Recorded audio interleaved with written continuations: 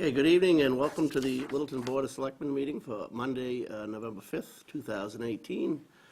I will read through the proposed agenda and then we'll get right to business here. First at 6:30, we'll organize, do the Pledge of Allegiance, read the mail.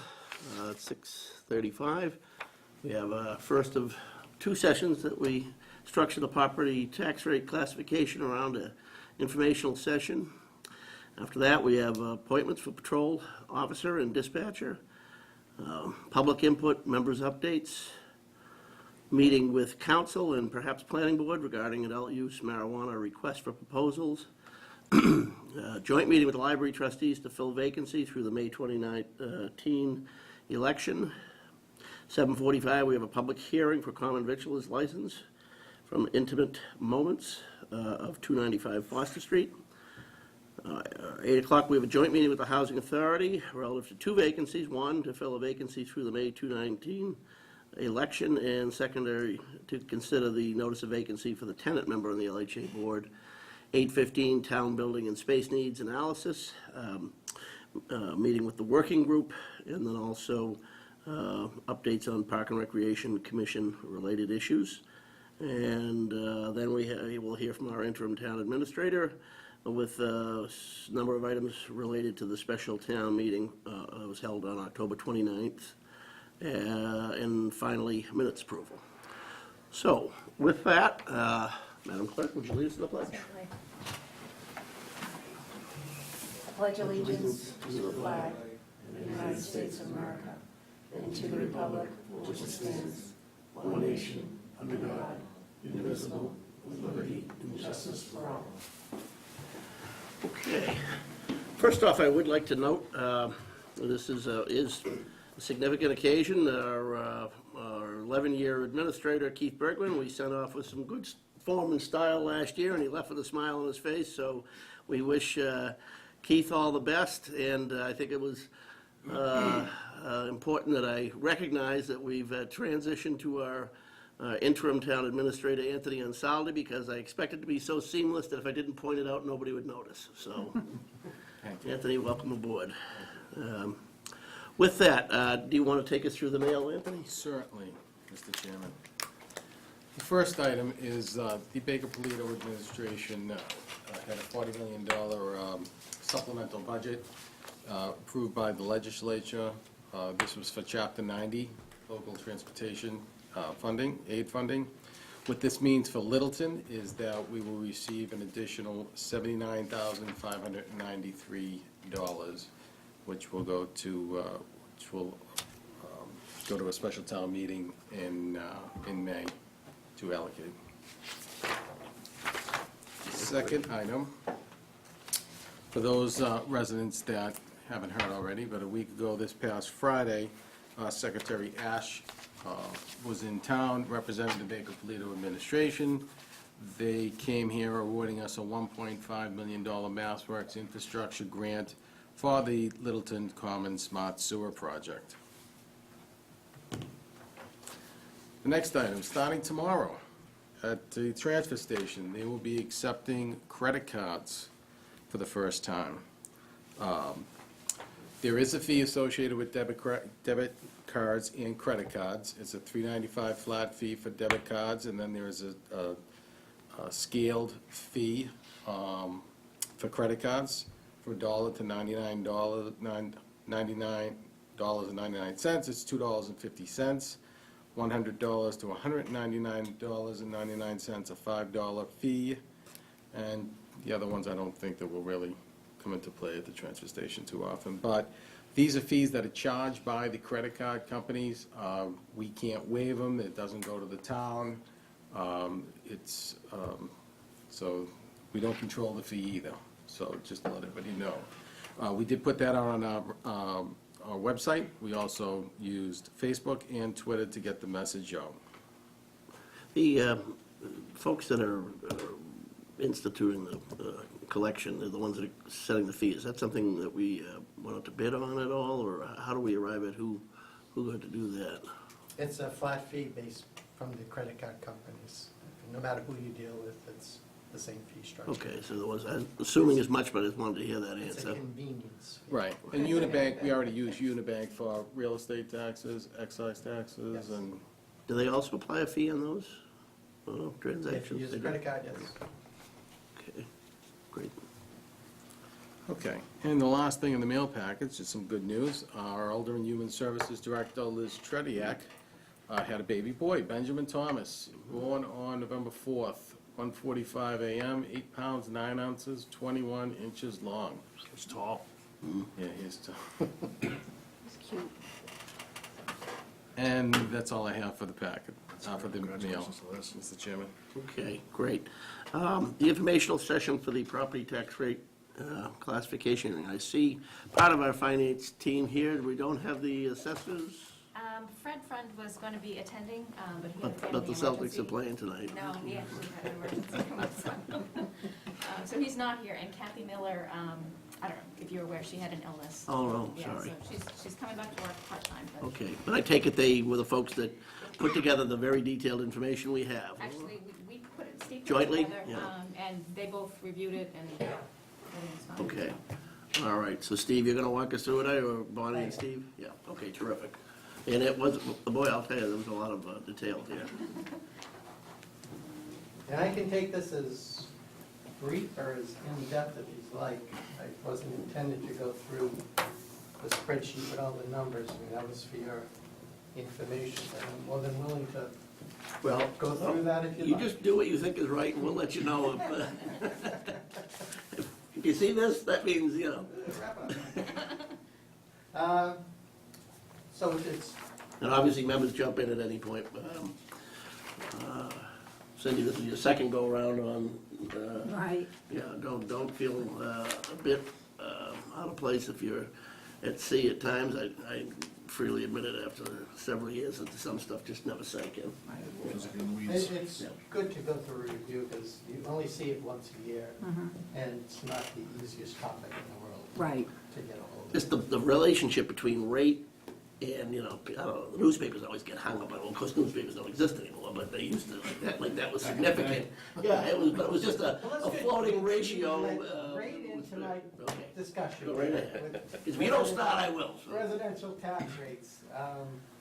You know, people really focus in on the tax rate, and tax rate is just one component of the thing. That I don't think it's really the thing to look at. What you should look at is what you're paying. Right. And that's the bottom. Because if your valuation goes up, your rate goes Rate down. goes down. And there's some great examples in the detail of if you look at like Concord, for example. Average house is $1 million, they have a $14 tax rate. So if you look at Littleton with $18 tax rate, say, oh, I want to live in Concord. You have to put a $40 million house there too. So residential tax rates, what we did is, as we've done in previous years, we look at 17 surrounding communities, that's 18 communities total, including Littleton. The orange line is the median of those towns. It's better than looking at the average, because the average is always skewed with the Actons and the Carlisles and places like that. But they're in these numbers, so we look at the median. So for a tax rate, Littleton last year was $18.14. The median was $17.75. So we're slightly above, 39 cents above, 2%. And if you look at the previous years, we're either right at the median or, and if you look at the last couple of years, trending very slightly above the median for tax rate. If we look at the next component of things, is value. Value, Littleton has been lagging the median for a number of years. You can see in the past 3 years, we've been kind of closing that gap. So the gap between us is getting smaller. In 2009, just before the recession, you can see how far away we were from the average, from the median, excuse me. Our values took a dip, but not as much as the median did through that time. And as the recoveries started to happen in 2014, our values have been slowly increasing at a higher rate than the median has, so we're catching up. So our average home last year was $418,000. We were 11th out of the 18 communities, $8,400 below the median. If we look at the next, what I think is the most important thing is what we're actually paying. That's the single-family tax bill versus the median of the communities. You can see historically we're running just below the median, $200 variance. We're at $7,600 last year. The median was $7,800. It's the upward slope that we're seeing pretty consistent with it. Will we go up above the median? I think we're doing some things to keep us below, like our exclusions, which happens to be the next slide. Debt exclusions, as you can see, we trended way above the median in those 11, 12, and 13 years. Median started to go up around 14, has been kind of level since then. And you can see what we did starting in 17, we've been using the debt exclusion stabilization account to reduce our level of excluded debt. And you can see we've fallen below the median. We're at $1.4 million. The median is almost $1.7 million. And we're taking steps that we'll see in a couple of slides to reduce that level even further this year. If we look at the levy, this is a major component of our taxes. The levy is we collect certain percentage, and we are able to increase that by a certain percentage, and we're able to add new growth each year.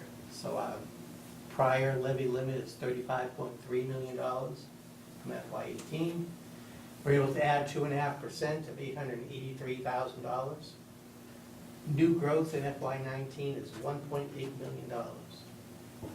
That is probably the highest number we've had, probably the highest number we will have.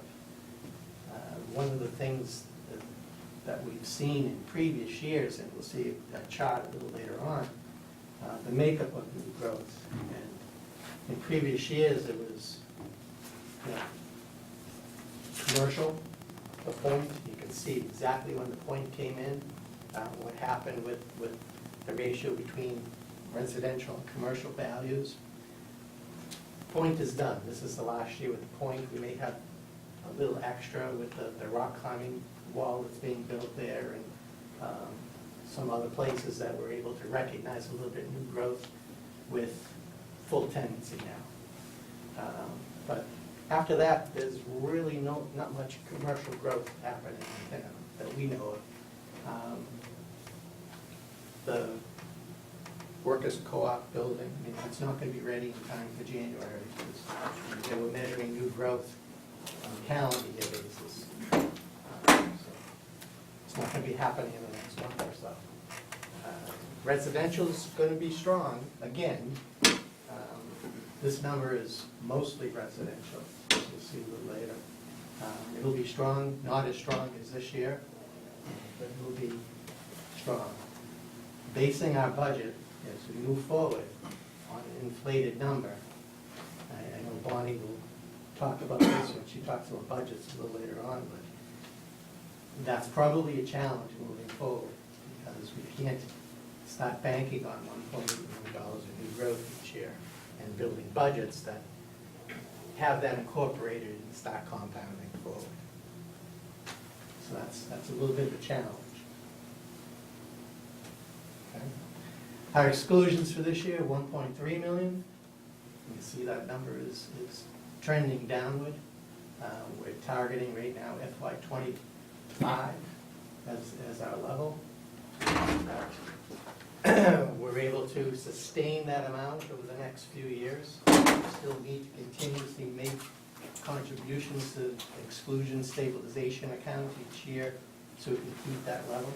Because once we miss hitting that level at FY25, there's going to be a spike in the tax rate. And we want to avoid that. So we hit that FY25. We'll make calculations to make sure we hit that. We'll also make some calculations to look at if we want to extend that level out to FY '26, which is the next hurdle, and reduce it even further. We'll see what that looks like. The other thing we need to look at is what the impact of potential library would be on this number too, and how we can keep that as smooth as possible moving forward. The excluded debt service, this is kind of what I was talking about. And you can see that the orange numbers are what the levels would have been without using our stabilization account. So FY '19, it would have been $1,706,000. We're bringing that level down to $1,335,000. And you can see that's the level out here in FY '25 that we hit that. I believe FY '26 brings that down to $1,001,000. So it's a big drop in the next thing. It would take a lot of money to start funding that as we move forward. So we'll have to measure that impact and maybe bring that in stages over the next few years instead of trying to hit it all at once. But by doing that this year in FY '19, by bringing that level down, we'll be saving the taxpayer 18 cents per 1,000. On the single tax rate, you can see in the previous years, we had savings of 17 cents and 19 cents. So this is real money for the homeowner, and we're taking that rate off the top. In this again is, you explained it at the time when we were dealing with the subject, as far as whether we tax to the max. Had we didn't have that, effectively, we would be 18 cents.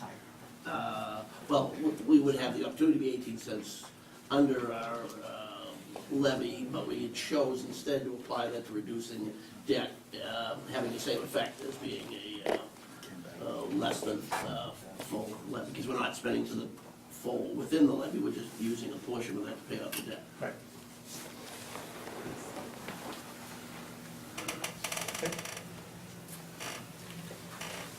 If we look at values for this year, values increased overall by 6.56%. The breakout of that is existing property, value increased by 1.69%, and new growth made up 4.87% of that increased value. The next reval for Littleton is in 2021. Last was in FY '16. So it's every 5 years now. Total property values, you can see at the bottom of the screen, total property is approaching the $2 billion mark. We're just shy of it, $1.925 billion. I was aware of the change from 3 to 5 years, and that was, again, part of the state municipal modernization act. Have the assessors considered what impact that will have on them? Is there going to be valuations catching up with reality because it's farther away? I think what we're seeing, and I think Chief Assessor Kathy Miller, she's doing a good job in keeping values up. What you don't want to happen is stay stagnant for 3 to 4 years and all of a sudden start bumping everything unrealistically up. Well, how do they do that? Do it on essentially on a rolling basis, or? They look at the sales each year. They do interim adjustments as needed. This been very active in the real estate market, so there's a lot of sales to start looking at. Right. So they do go in and they manipulate, not manipulate, but they look at the data each year based on what's sold, what type of homes are selling, and then they look at the current values of neighborhoods. And there's a lot to go into it. She's done a good job. But every 5th year, there still keeping will be a values up. home-by-home valuation? They do that now. They go out and they visit it. Different neighborhoods, they pick Well, up. yeah, I was going to say, 'cause I'm aware of people where they've gone, so it's kind of confusing. That's It's like, that's one thing that past year that the assessors have been keeping up with. They have somebody on staff now who's actually going out to Right. different neighborhoods constantly. She's out on the road 4 days a week. And this, by doing that, it makes the 5-year benchmark easier to meet. Right. So that when we get to that 2021, we'll have done a lot of the legwork, so it wouldn't be as expensive for us to meet the test of the. Is it more accurate to say that the 5 years that's the period of time in which you must do a full reevaluation? So a lot of towns who are ahead of the curve like us are not really going to be negatively affected by that, just those who decide to slack off. Right. And those adjustments are being made along the way. Yep, absolutely.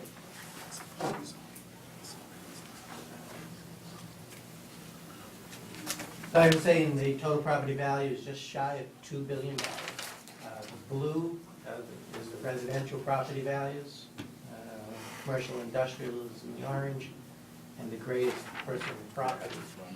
The residential is currently making up 77.92% of the total property value. Commercial is just under 19%, and personal property is 3.9%. That makes up $118 million worth of new value to the town this year. The personal property is explained as just, we go through this every year. Computers, Business equipment. yeah, different types of equipment. We have a company that actually goes into businesses and they know what should be in Dunkin' Donuts, for example. Fork trucks for distribution centers, things like just Yes. capital equipment. Yep.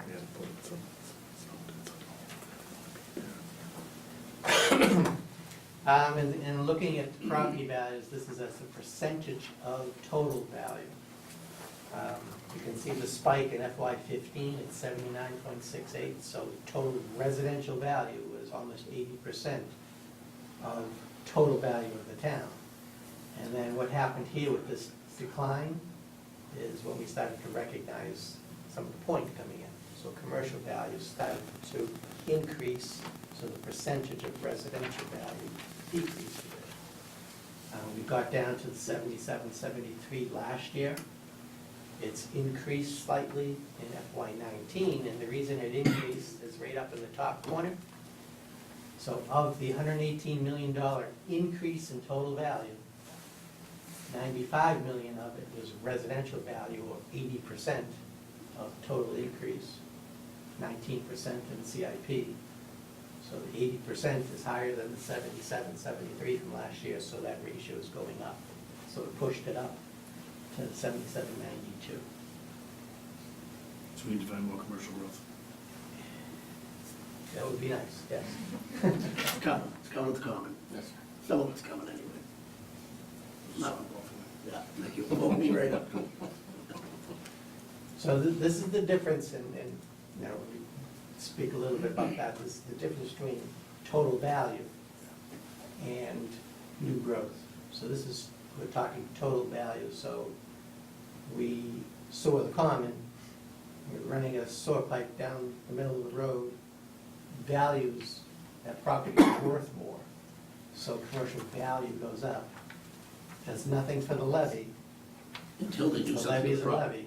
We need new growth to increase the levy. But new growth can be changes to the existing properties. New growth is changes, yes, physical changes to the property. That's new growth. Added CIP. Yes. Okay, so that's the difference between the two. So values increase for different reasons. Vacant A building. vacant building gets a new tenant, value's gonna go up. Yes, perfect. Like I said, Jason, In case of point, it's paid for marriage. He's running late. okay, that's all. I don't want to get too far off if you want to be here. 7 o'clock. A little bit more detail on the value changes. You can see in the blue is existing values and the orange is new growth. You can see in the previous years here, new growth was around the $20 million mark or so. We had negative values changes. Those were those recession years and start of the recovery. FY16 was our revaluation year. And you can see this is a good example of we didn't keep up right here with value changes, probably as well as we should have. So we see spikes. Right now, as you can see, because of these blue box going up, we're keeping up with it now. So it's not going to be a big of a shock come FY21 with values now. You can see by the size of those new growth blocks,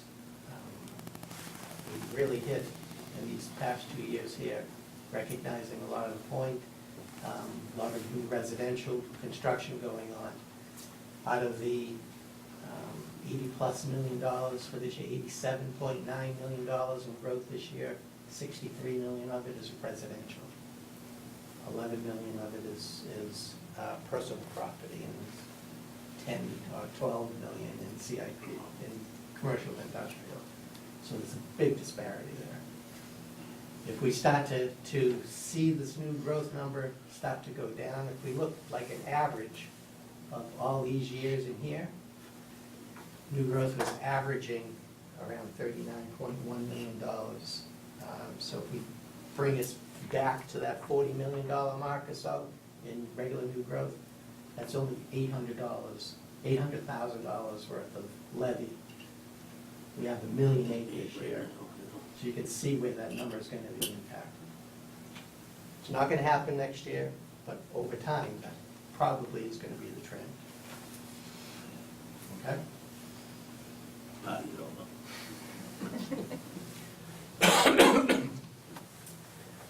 Values. Single-family homes. We talked about the value change. We saw the median there, the increase from FY 18 to 19, 418,000, and we're going up to 435,000 an average single-family home for this year. Again, existing property values went up 1.69%. So the average is being kicked up by all the new construction that's happening in town. We're building $800,000 homes now. So that's kicking up the average as we increase this by almost 4% this year. So you can see where the new construction is really starting to affect some of these numbers. Talked about just before the recession in FY '07, we were at 415,000. We saw a 12% decrease between that high mark and the low mark in FY '13, down to $366,000. And we've rebounded. We've come back up almost 19%, $68,000 on the average value. So values are going up. Commercial property values, the assessors for years kept that number the same. And we started to look at it starting in FY '15, started to track how these things have grown. And the commercial value has gone up to $557,000 now. What we do here is we exclude any value greater than $2 million. And we exclude anything under $50,000. We want to really see the, the common, what's the value of some of those things. One of the good examples is one of the little office buildings that are there. It's almost exactly what this is worth. Well, that's significant. I mean, if the top end stuff's been taken out of the equation, then even the median is really increased dramatically. Yep. There's such a disparity on the high end with the IBMs Right. and the warehouses and stuff that it really would skew the numbers if we included those things. So the point doesn't really factor in here either, right? Because does that tax as one entity? Or No, it's a lot of separate a lot of laws. separate ones? Yeah. So some of that's in here, some of it isn't. So that's all our information. Now let's talk taxes and how we come up with it. So our total value, as we said, is $1.9 billion. Residential makes up $1.5 billion worth of 77.92%, which means CIP makes up 22.8% of the total pie, $425 million. If we had a single tax rate, then commercial would be responsible for 22.08% of the levy, and residents would be responsible for 77.92% of the levy. We'd have a single tax rate of $20.46. Your jobs would be a lot easier. You still have that option. You could move to a single tax rate. If you want to get reelected, I don't think you would be doing that. So we have a split tax rate. We've had a split tax rate since the 1980s. In most years, the important thing is we can't shift more than 50% of the commercial levy. There's a calculation that we go through. We were able to exceed that 150% 1 year, then that ratio came right back down. This year, it's again at 150. So for an example, if the CIP levy was $8 million, we could only shift $4 million onto the commercial. So it would make the total levy for commercial 12 million. That's the 50% increase for that shift. If we look at an example, I used the shift that the board did last year. We took 10.833% of the single rate residential levy. So remember this blue piece of the pie, my mouse comes in, there it is. This blue piece of the pie was 30.3 million. We're taking 8.44% of the total pie, which happens to be 10.83% of the blue piece, and shifting it onto the commercial taxpayer. So the commercial taxpayer would be responsible for a little over $12 million, or 30.52% of the levy, and the residents would be responsible for 69.48% of the levy. And just to refer back to one of the earlier slides, so as a comparison, if it were an equal situation, roughly 80% of the tax valuation of the residences are only paying about 70% of the tax bill. Yes, 70, or 79, 102 or something like that. Right. And conversely, the businesses, which account for 22% of the valuation, are paying third. Right.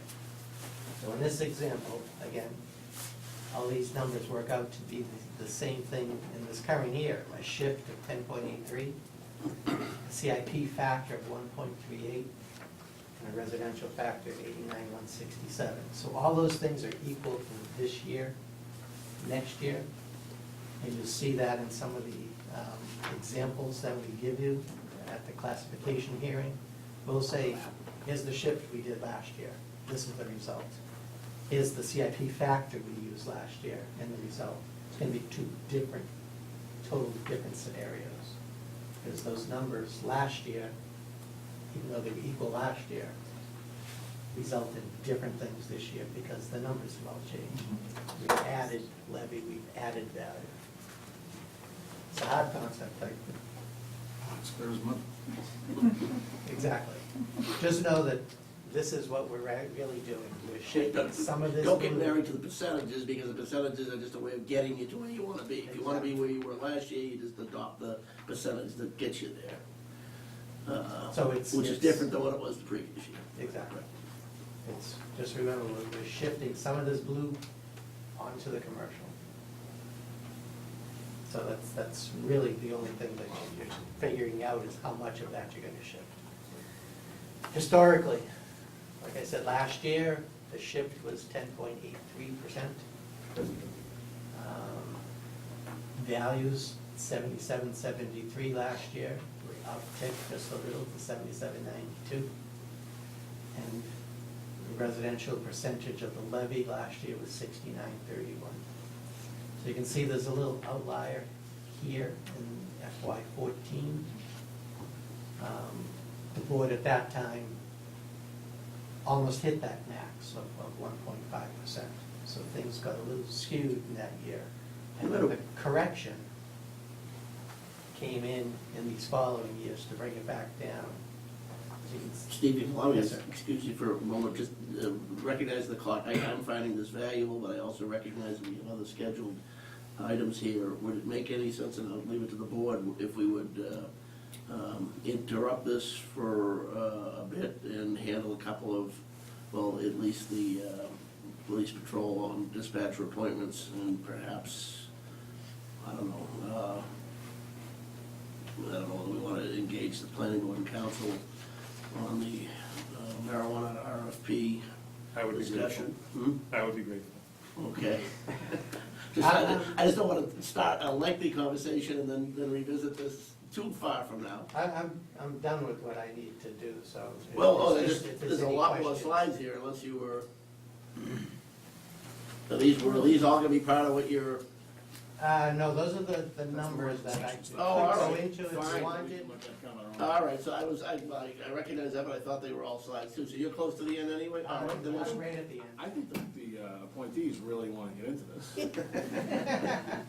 I wouldn't speak for them. Okay, all right, well, especially recognizing that you don't have as many slides as I do, piece of paper, then why don't we just go right ahead and continue? I'm good unless there's questions. Yeah, no, I mean, you're, I guess we're close, right? The only question I have is if we wanted to be on par with what we did last year, or kind of on average what we did the last couple of years, what numbers are we looking at? So that when we go through the additional 47 slides, where would we be getting at? Just so we can kind of benchmark, so we can, maybe we want to go a little one way or the other. But what is the shift, I guess? So last year, we shifted 10.83. 10.83. So if we wanted to kind of stay consistent and do a similar shift, where would we be with the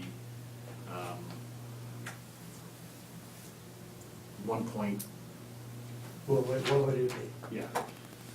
You can't give it to us for the next meeting, right? You'll have that whole chart. Yeah, we have all the charts and all the. No, those are mostly comparative things between. No, you have another town. comparisons. We haven't given you the Yeah, I'm sorry. the whole this in suspense.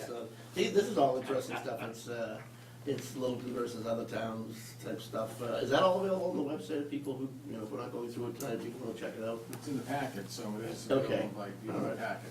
Then, if maybe you can at least describe what's in there so we can, without going through the slides, so we can tell folks if they want to check it out. And then what, 2 weeks from now, we will actually go over the various shift scenarios. Yep. Okay. Yeah, so the numbers are just the raw data behind those comparisons between us and The 17 other 17 communities. other communities. Yeah. There's a lot of different categories. I gave you just a few, but there's quite a bit more. Like I said, I can go on. Have you guys come up with that number that I was asking for? Is that number? We've done different scenarios. We still have to run it past the assessors to make sure that's what they want to show on the report, but we have the scenarios up there. Yeah, we typically give you a certain set of scenarios with a couple of variables. So like, we'll give you Go the anywhere last on that residential chart or shift. outside that chart, Yeah, we'll give you Exactly. last So, residential, last I assume you commercial. would find it helpful if any board member wanted to see a particular scenario based on factors that anybody, just what these guys know, and by, between now and 2 weeks from now, we'll. And we'll have that data ready for Absolutely. you. But we will give you the last commercial shift, the last residential shift. Equal dollar, Equal equal dollar, equal percentage. percentage. And then we pick some in between to fill it in. Yeah, Yes. Give us more to look at. yes. And to answer your question, I mean, you really need to sort of say, okay,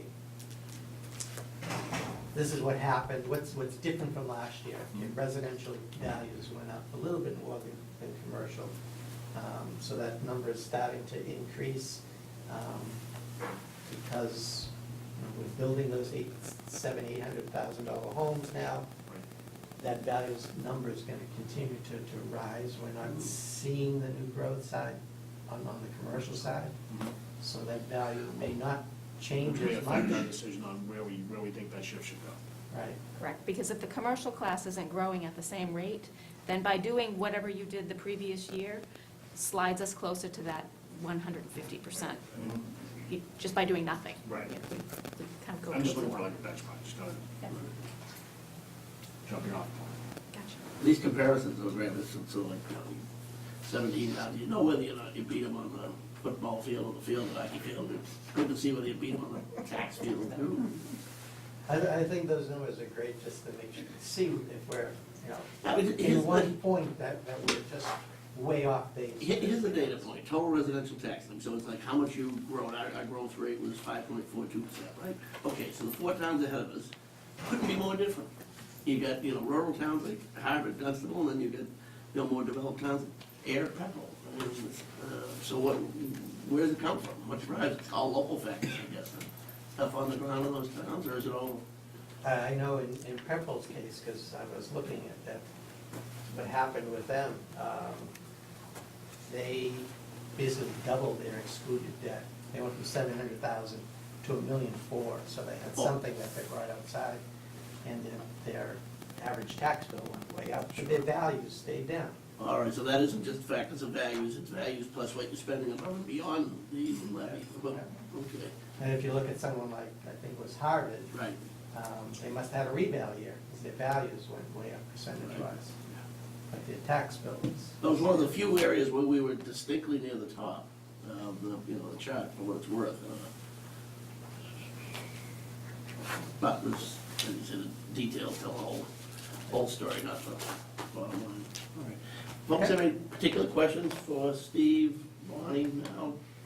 No. Encourage you to follow up afterward with them individually. So I did last year. Sometimes that's a lie, yeah. I'll be back. And I'll get the information out to you, hopefully by the end of this week, so you have, some time to look at it. Right. And look at the data through. We'll just get Fred to approve it, and we're on our way. Okay. I'll pick up some copies and come by and do these. And Absolutely. again, I'll remind the public that, we will be holding the classification with intended vote on 2 weeks from tonight on the 19th, but some of this information, if you want to find it and look it over, it's all available at the website in the Selectmen's packet. Yes, we'll see if Steve, we can get that on the website. Okay, thank you, very Steve. much, it's a lot of work. Thank you. Appreciate it. Thank you, Steve. Thanks, Bob. All right, our next item are appointments for police patrol officer and dispatcher. And I realize we have Deputy Chief Patterson here, because I'm sure everybody's well aware of the wild goose hunters up in Canada, doing his thing. I don't think they'll be bonding up there. I don't think there's gonna be. Yeah. So we found Jeff. I didn't want to break his heart and tell him he could get the same 10 geese up by my father's field, You can only go to Canada for it. It's all Jake doing it, not You're right. Matt. Okay. Anything in terms of setup here, Anthony? Are we good to go? No, we're good to go. Jeff can, Yeah, this is a continuation of our hiring process that we've been in. Yeah.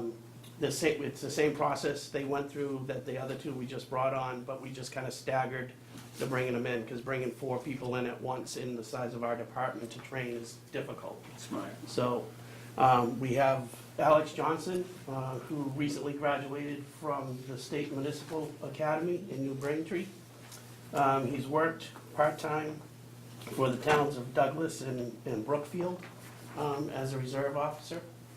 He's gonna be our new full-time officer, hiree. And then we have Brian Buck, North Reading resident, currently works full-time in Weston. He also has experience as an auxiliary with the Lawrence Police Department, as well as he is a harbor master in Essex. So kind of an interesting background. And he is gonna be our full-time communication hiring. So, if you guys have some questions. that's the second one of the 2 additional ones that we added because of the ALS. Right.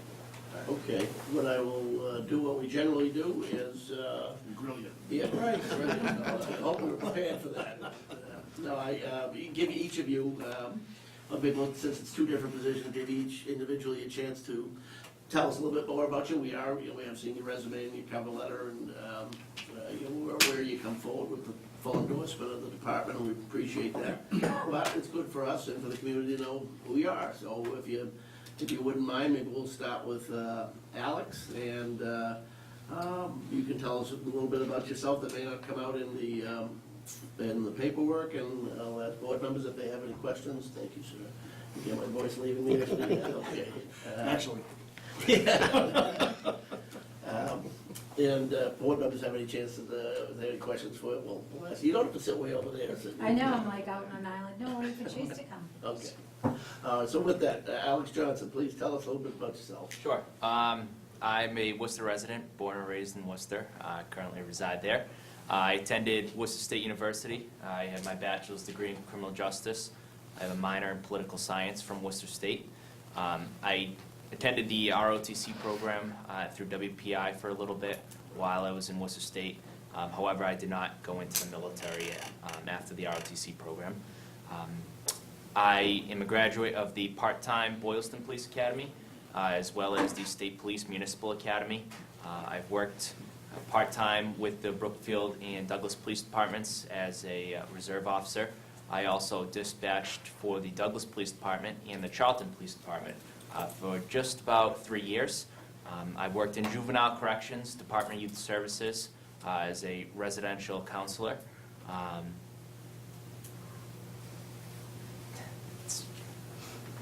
Anything else? All right, that's fine. I will go around the board, see if there's any questions that they might have for you to flesh it out even further. Selectman Knox?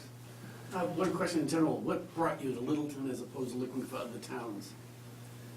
Well, the opportunity at the time, when I was about to graduate from the State Police Municipal Academy, I had self-sponsored myself through that academy.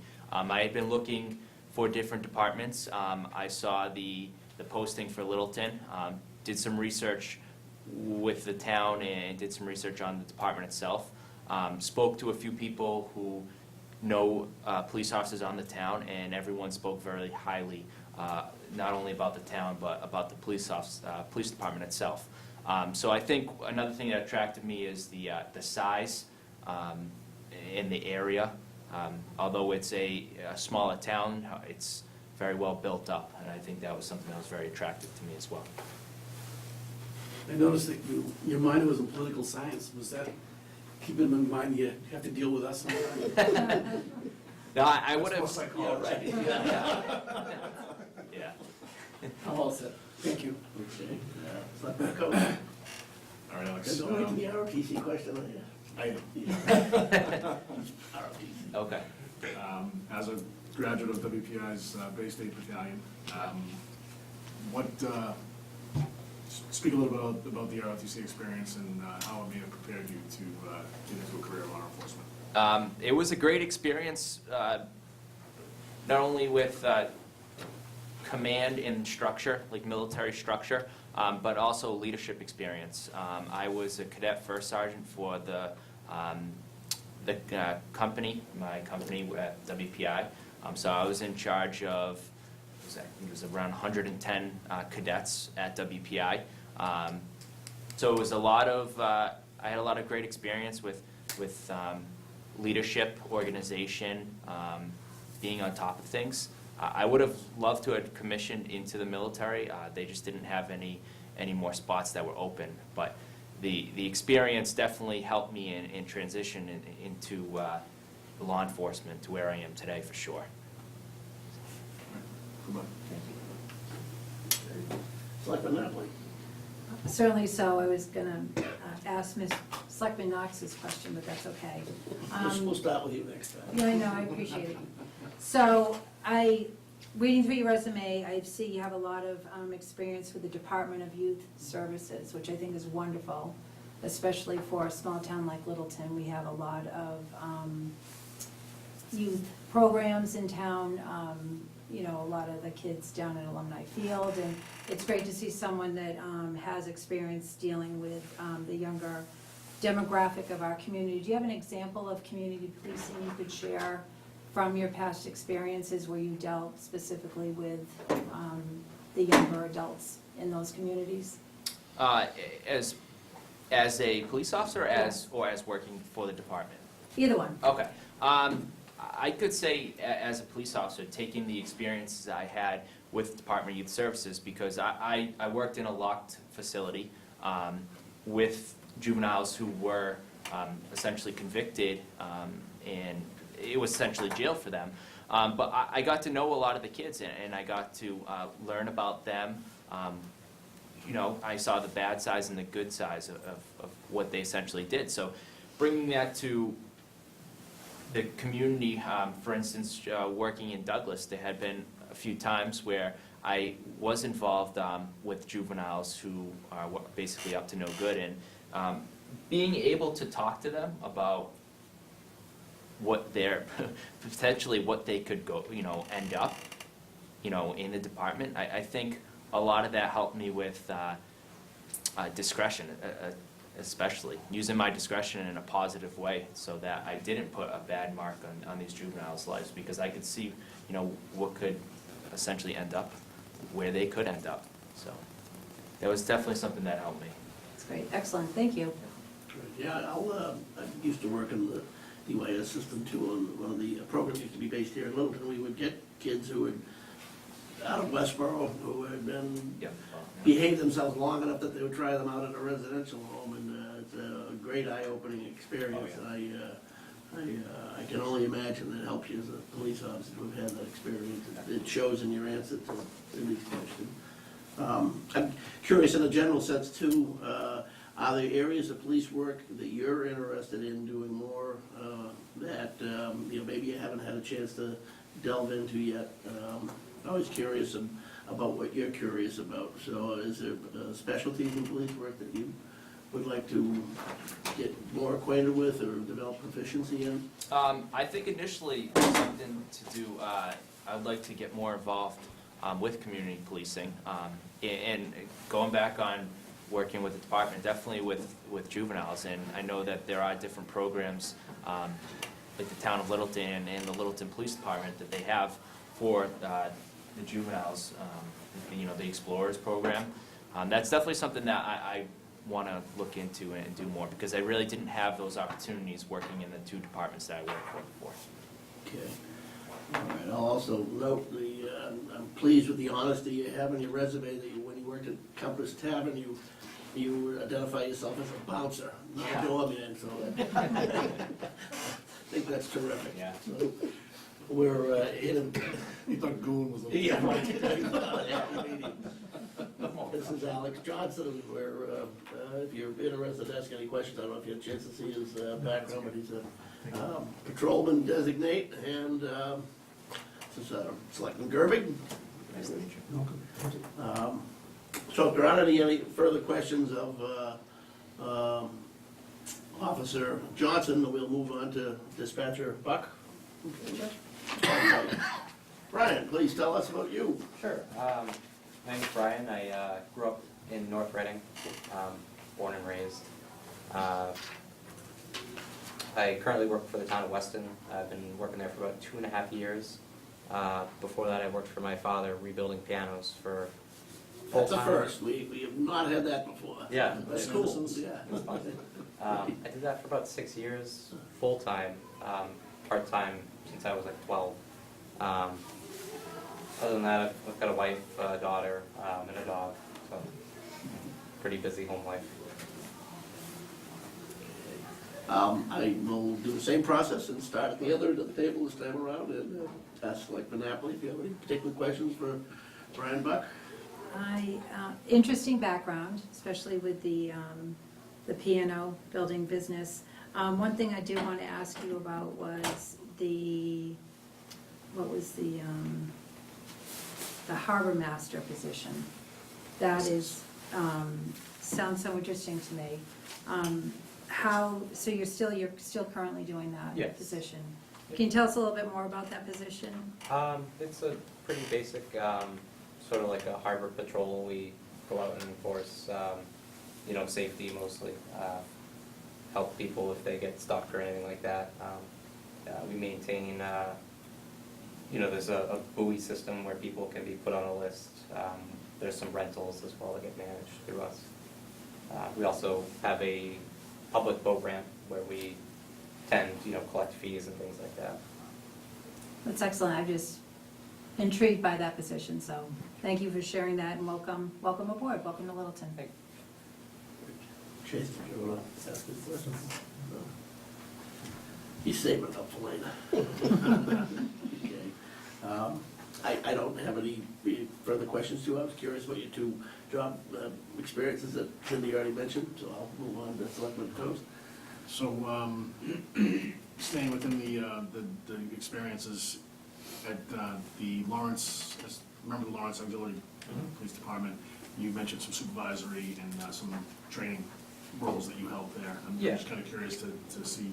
Sure. Well, I Can you expand attended on that? the Reserve Academy while I was there. One of very few that had gone through that was, not upper management. So So after we had a sergeant there who went through the Reserve Academy with me. She ended up leaving, and I took over sort of a lot of her functions. We have basically a spreadsheet where we kept track of everyone's hours. Training was basically just, getting new people familiar with department regulations, radio etiquette, basic things like that. Show them around, get to know the town. And then, as well as I help manage equipment a little bit. Go Hornets. Go Hornets. Okay, Selectman Knox. Brian, in the future, what educational plans do you have to? Sure. I'm currently actually attending SNHU to get my associates in criminal justice with the intention to eventually get my bachelor's as well. Thank you. That's it. Okay, great. Two different positions, so I assume two separate motions? Yes, we have two motions, Mr. Chairman, they're up there. Okay. Madam Clerk? You ready? Move that the Board of Selectmen vote to appoint Alex Johnson of Worcester, Massachusetts to the position of permanent full-time patrol officer for the Littleton Police Department. Okay, the motion has been made and seconded. Any questions?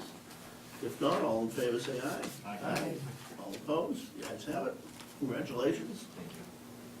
Move that the Board of Selectmen vote to appoint Brian Buck of North Reading to the full-time benefited position of Police Dispatch / Communications Officer. Okay, the motion has been made and seconded. Any further discussion? All those in favor, say aye. Aye. All opposed? Congratulations.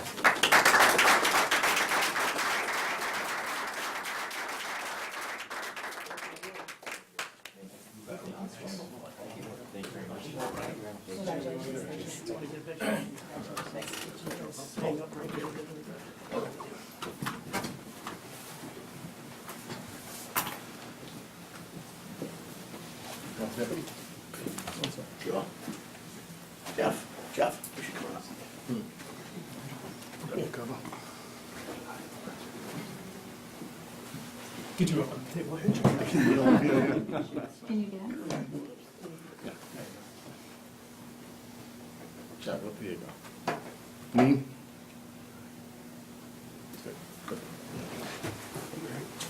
I love being the tall guy.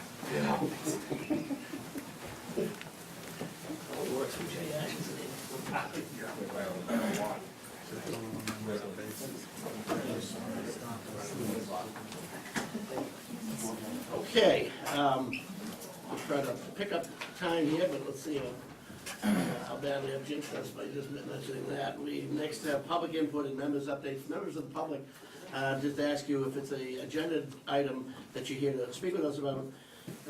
We will cover that in turn, but if not, if you're looking to speak on an item that is not on our agenda, here's your chance. Ms. Sanders. Mr. Chairman, thank you for this opportunity. I watched the school committee meeting there when the chief went before there asking about the second school resource officer. I was dismayed at the school committee. I normally don't criticize boards, but they've taken me back a little bit there. I have 3 children in the school system. And I think that with things happening at this day and time, we can never prepare for any type of tragedy that may happen. So we have 4 school facilities and we have 1 officer. The chief went there and asked that he thought he could handle within the budget about $44,000 with what he needed, so he said he could come up with about half of it. And he was asking the school committee. School committee said, yes, it's a priority, one of their priorities, but they sort of kind of kicked it around here and there. It really irked me to know how important our children are in these school facilities. And to be laid back like that, it should be the very top thing at the priority. And I would like to see, the chief said, no matter what, I'm still going to try in the police budget to give you the support that the school needs, because I deem it necessary with what's going on. Now, we just had a gentleman here in Shirley. He had an arsenal over there of some 40 or 50 weapons. I don't know, they said it was 35,000 piece of ammo over there. I mean, you never know what's going to happen or how close it is to us. And I think that we as a town, we certainly need to look at the security that we have in these schools. And I think that by having another officer, if one sick or he gets hurt, then we got nobody there. Anything can happen. I believe in Murphy law. And I think the fact here is that this town needs to take a serious look at our children out there and what can happen. And we don't know when it may happen, but you know what? We ought to be better prepared.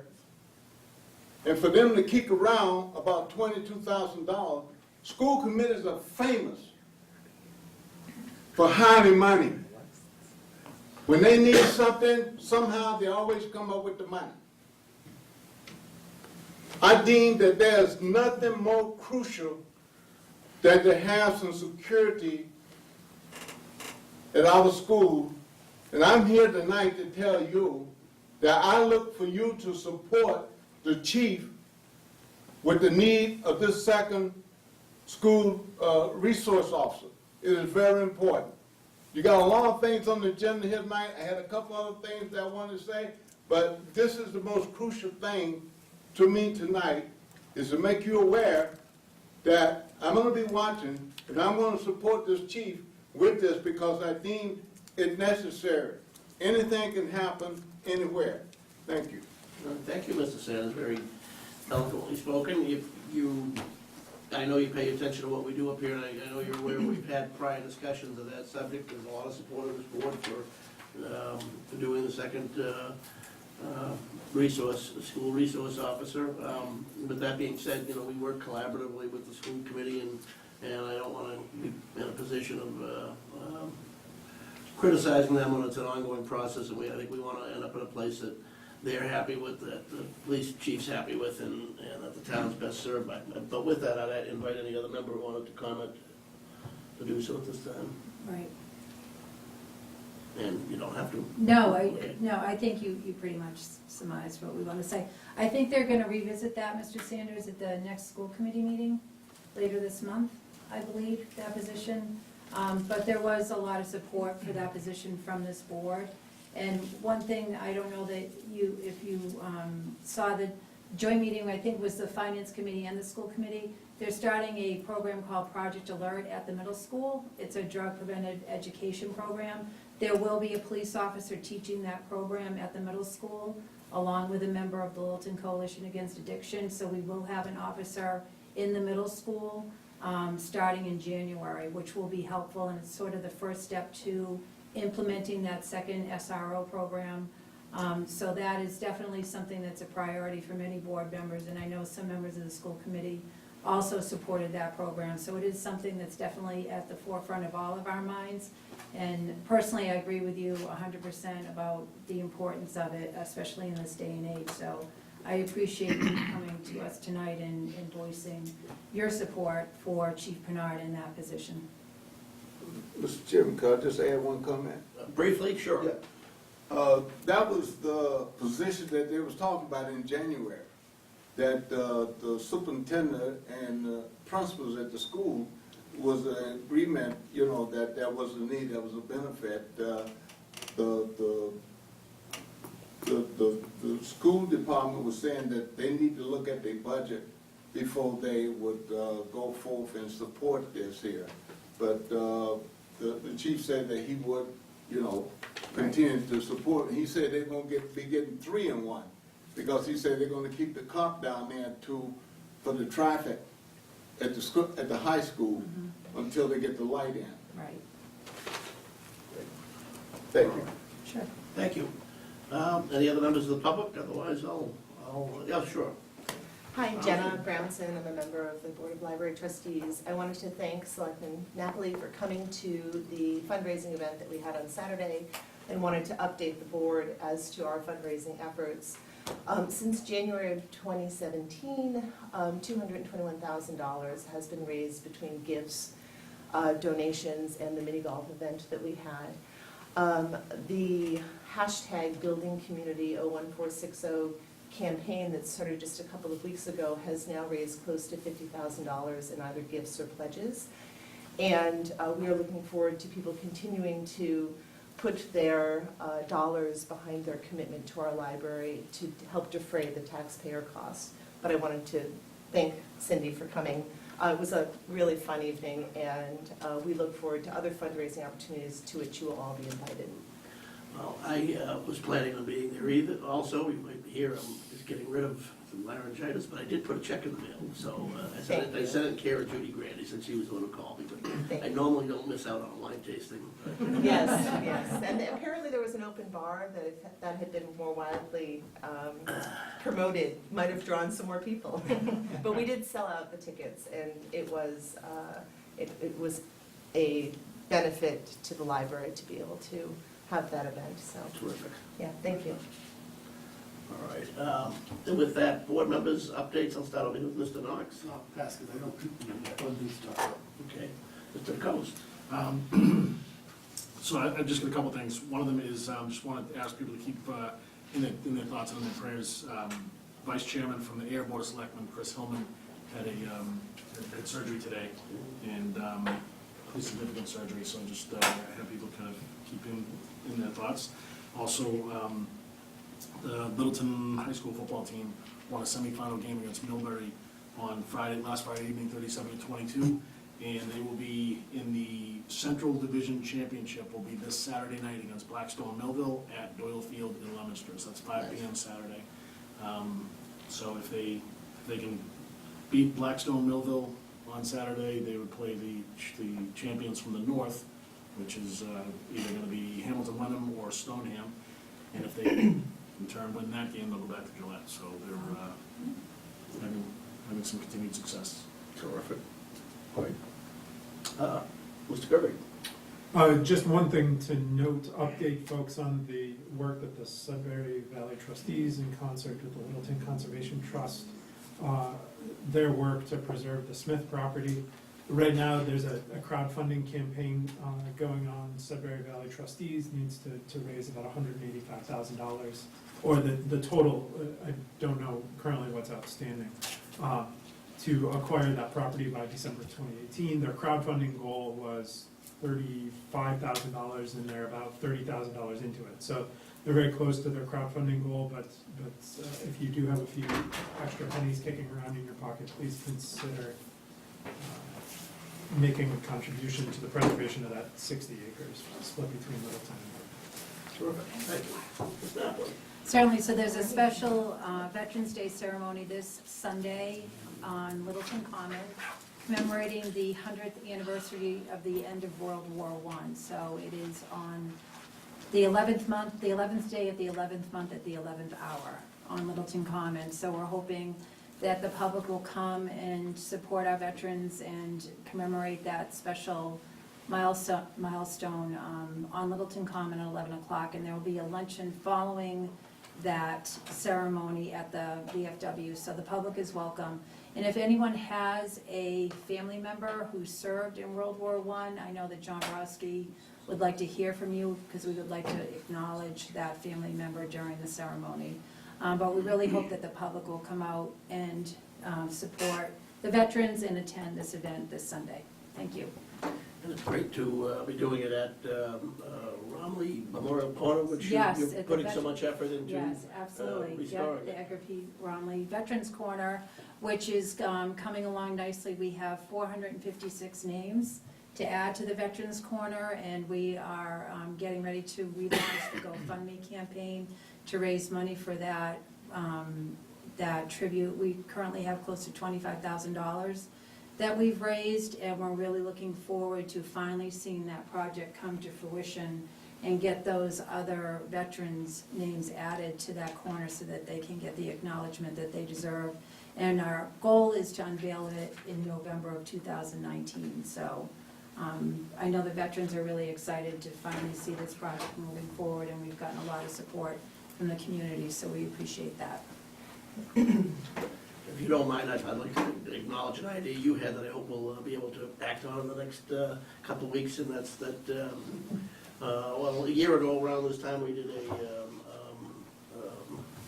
retreat. We didn't really retreat too far. We went to the Light and Water Department, but it was a good discussion. But since Cindy's found out in conversation with other folks at Mass Municipal Association events that as long as we post and make, you know, an agenda available, the board is allowed for us to meet in a public place like a restaurant. So we're gonna try to do an informal dinner, and, you know, we'll post it, and if you wanna come watch us eat and talk informally. We're not gonna try to do anything that'll result in a vote or deliberation, but there's a lot of topics that we'd like to bounce off each Right. other. Yep. And so stay tuned. Thank you. With that, all right, we're a little behind schedule, but, and I know we have a public hearing at 7:45. What do you think, should we try to get, yeah, you know, the vacancies probably will go pretty quick. Sue, it's your lucky day. Good. Yeah. Well, it's our lucky day too. Oh, excellent. All right.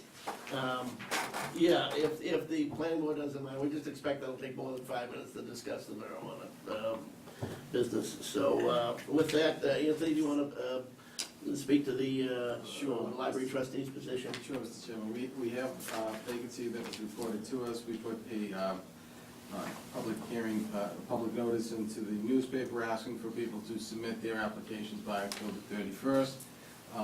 We received one, Ms. Harvey, who is our applicant for the position. Also in that notice, it said that you would be meeting tonight with the library trustees to appoint that said position. Okay. I certainly welcome input from the trustees. I assume you know Mrs. Harvey as we do, and my suggested course here, it's a joint appointment, it is a joint appointment, isn't it? Yes. Okay, is that we hear from our applicant, and then if any board members from the committee has questions, we can do that in turn, and then vote on it. So, who's currently chair over here? I am. Demetra, okay, how are you? Good, how Good. Is that okay with you in terms of a strategy? That is fine, thank you. All right. Well, we're all in possession of your application. We know your prior town service and Board of Health. Thank you for that, and you're still willing to come forward and jump in again? Yes, I am. Okay, so just for perhaps the town at large, you may not be as familiar with them, although they probably are through the schools as well. So anyway, tell us a little bit about yourself. I have been a town resident for 24 years, and it was right after we moved here that I did run for Board of Health, and fortunately was voted in, and had one term. But I have been a library user and supporter financially since we moved here as well. I think you have my application. I grew up in a household of books. My mother was a children's librarian and then director of the library in Old Lyme, Connecticut. So this is something that sort of just fits. If anybody's been in my classroom, they know that I have a small library of maybe 500 books that I purchased for my students to use for their research papers. So, yeah, books are good. Books rock. I'm in my 15th year of teaching history at Littleton High School, and I have no intention of retiring. Terrific. Maybe I'll start with the library trustees. You folks have questions of Sue? My only question is, so you'd be filling Katie Caruth's Yes, term, not her full term, but until May? correct. Do you intend to run for either the remainder of her term, which is a one-year bit, or one of the 2 3-year terms that are coming up? I may. I have that intention. Let's see how well you treat me. No, I am.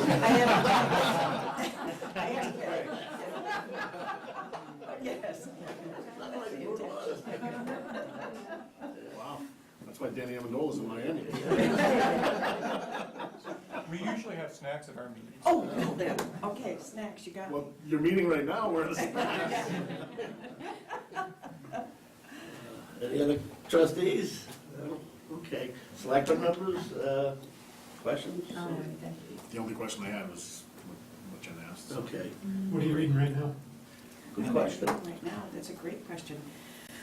Maybe Okay. Bartlett could answer that. Yeah, I have a lot of books on my bedside table. I just saw a play in Chicago, that's why I'm a little late, because I just got off a plane. Private Peaceful, about World War I, and it was remarkable. And so I'm going to be reading that play, because it was phenomenal. It was about a World War I soldier who was shot for cowardice because he didn't respond appropriately to his commanding officer's request, even though he was not being a coward. So it was poignant, it was a one-man show, 90 minutes glued to your seat. So that I'm reading. I am reading a book on propaganda between the two world wars. I'm taking my seniors to a fabulous exhibit. Please go to the MFA. It is on through January. It is the Leonard Lauder collection of postcards. He's got about 10,000 of them, and he's donating them to the MFA. And this exhibit is the propaganda postcards between the two world wars. So I'm reading that book. I can go on. Thank you. Terrific. Well, if there aren't any other questions, I'd ask for a member of either board to make a motion, please. I'll make a motion that we appoint Susan Harvey to the vacancy through May of 2019 for library trustee. Okay, does that language work with Anthony, is what we're supposed to have? Pursuant to Master Law, Chapter 41, Section. We have cheat sheets here, you might have snatched it. Okay. He tells us what to do. Okay. Okay, there we go. Just add- You were pretty darn Move close. to the Board of Selectmen and the remaining members of the library trustee vote pursuant to Mass General Law, Chapter 41, Section 11, to appoint Susan Harvey to fill a vacancy on the library trustees through the May 2019 annual town election. Second. All right, motion has been made and seconded. I don't think it'll come into play, but since there are 9 of us here, you need 5 to get the job, so. Here we go. Well, I'll dispense with the roll call and go for acclamation. All those in favor, say aye. Aye. All opposed? Congratulations, welcome. Thank you very much. So you do need to go up and see Diane Croy. Yeah, yes, I promise I will. I promise. This is our first meeting's Thursday. See you there. No, I'm actually going to Scotland Thursday, sorry. Wow. I'll go to Scotland on Thursday. Sorry. I'm actually going to be celebrating the end of World War I in Scotland. Yeah, should be something. I should have been a teacher. Right? To fly Norwegian Air, amazingly cheap airfare to British Isles. They are. I'm actually flying Aer Lingus through Dublin. Okay. Yes, to Edinburgh. Check out the Book of Kells. Oh, I've seen Oh, this. you know, It's amazing. even though, I thought we had plenty of time, here I am gabbing away. Anthony, feel free to. Sorry, to actually- We have a posted public hearing, which I have to read the legal notice on, correct, Anthony? Yes. Yeah, if you wouldn't mind, thank you. Littleton Board of Selectmen will conduct a public hearing on Monday, November 5th, 2018, at 7:45 p.m. at the Littleton Town Offices, Room 103, 37 Shattuck Street, Littleton, Mass. 01460, to consider the application of a common vic's license as requested by Jonathan Feiner, manager, Idiot Moments Chef Service, at the property located at 295 Foster Street, Littleton, Mass. 01460. Comments may be submitted in writing by noon on Wednesday, October 31st, 2018, to the Board of Selectmen, Town Administrator's Office, 37 Shattuck Street, Littleton, Mass. 01460, or in person at the hearing. All interested parties are invited to attend. Littleton Board of Selectmen Chairman Paul Levy. Thank you, great. I will declare the hearing open then, and I see Mr. Feiner is here. Yeah, terrific. I got deja vu, haven't you been in before? Yes, a couple of years ago, we originally opened up at 305 Foster Street, due to, as a matter of fact, I have a copy of the letter that was sent to me that I got.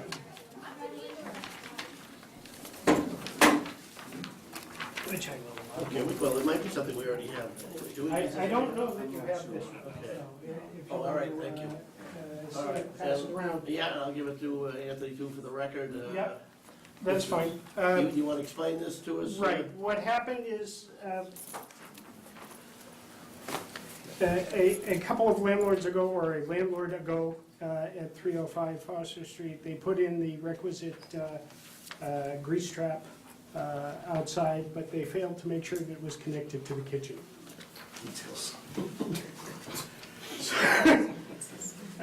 None of us knew this until they went in to put in the new septic system there, and it took them a good 2 years to figure out that it wasn't connected to anything.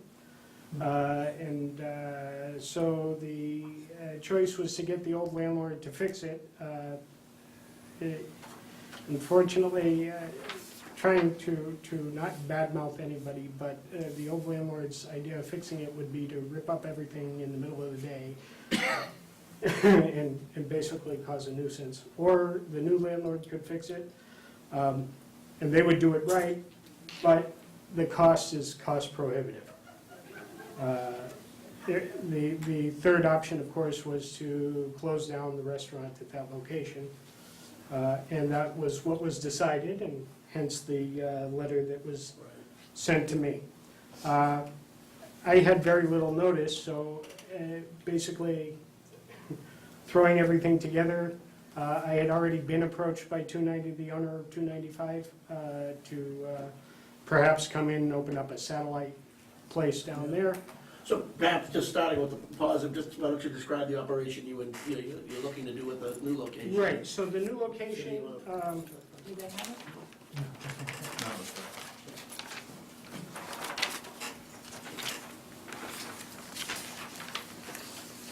I have two of these, in case you need them.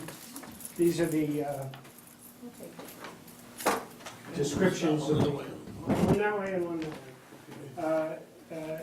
And that shows you, that's the layout of the cafe. The cafe itself doesn't have any seating. The lounge seating area is run by the building, and they take care of it, clean it every day, empty whatever I trash. get confused on the buildings up there. Which one is this by maybe? 295 is the lower building, 305 is the upper building. Okay. Who's doing this in Pegnos? Okay. Looking at them. Yeah, What companies are in there? Okay, so DC, in 295, you have DCS, you have a couple of different ones. Okay. There's something from, something Rhineland, I'm not quite sure. Oh, yeah, okay, I thought that was, I went to their Oktoberfest a couple of years ago. Right, Great yes, company. and we did, as a matter of fact, they just did an Oktoberfest this year. We didn't get invited this year, must have. I didn't do it,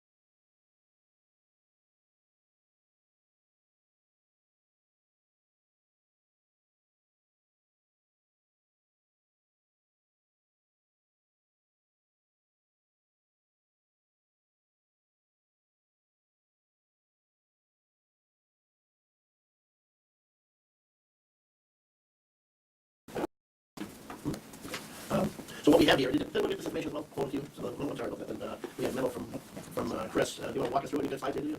Sure, so what I did was, and I don't know if the map showing where marijuana retail establishments can be located in town based on the zoning the town adopted.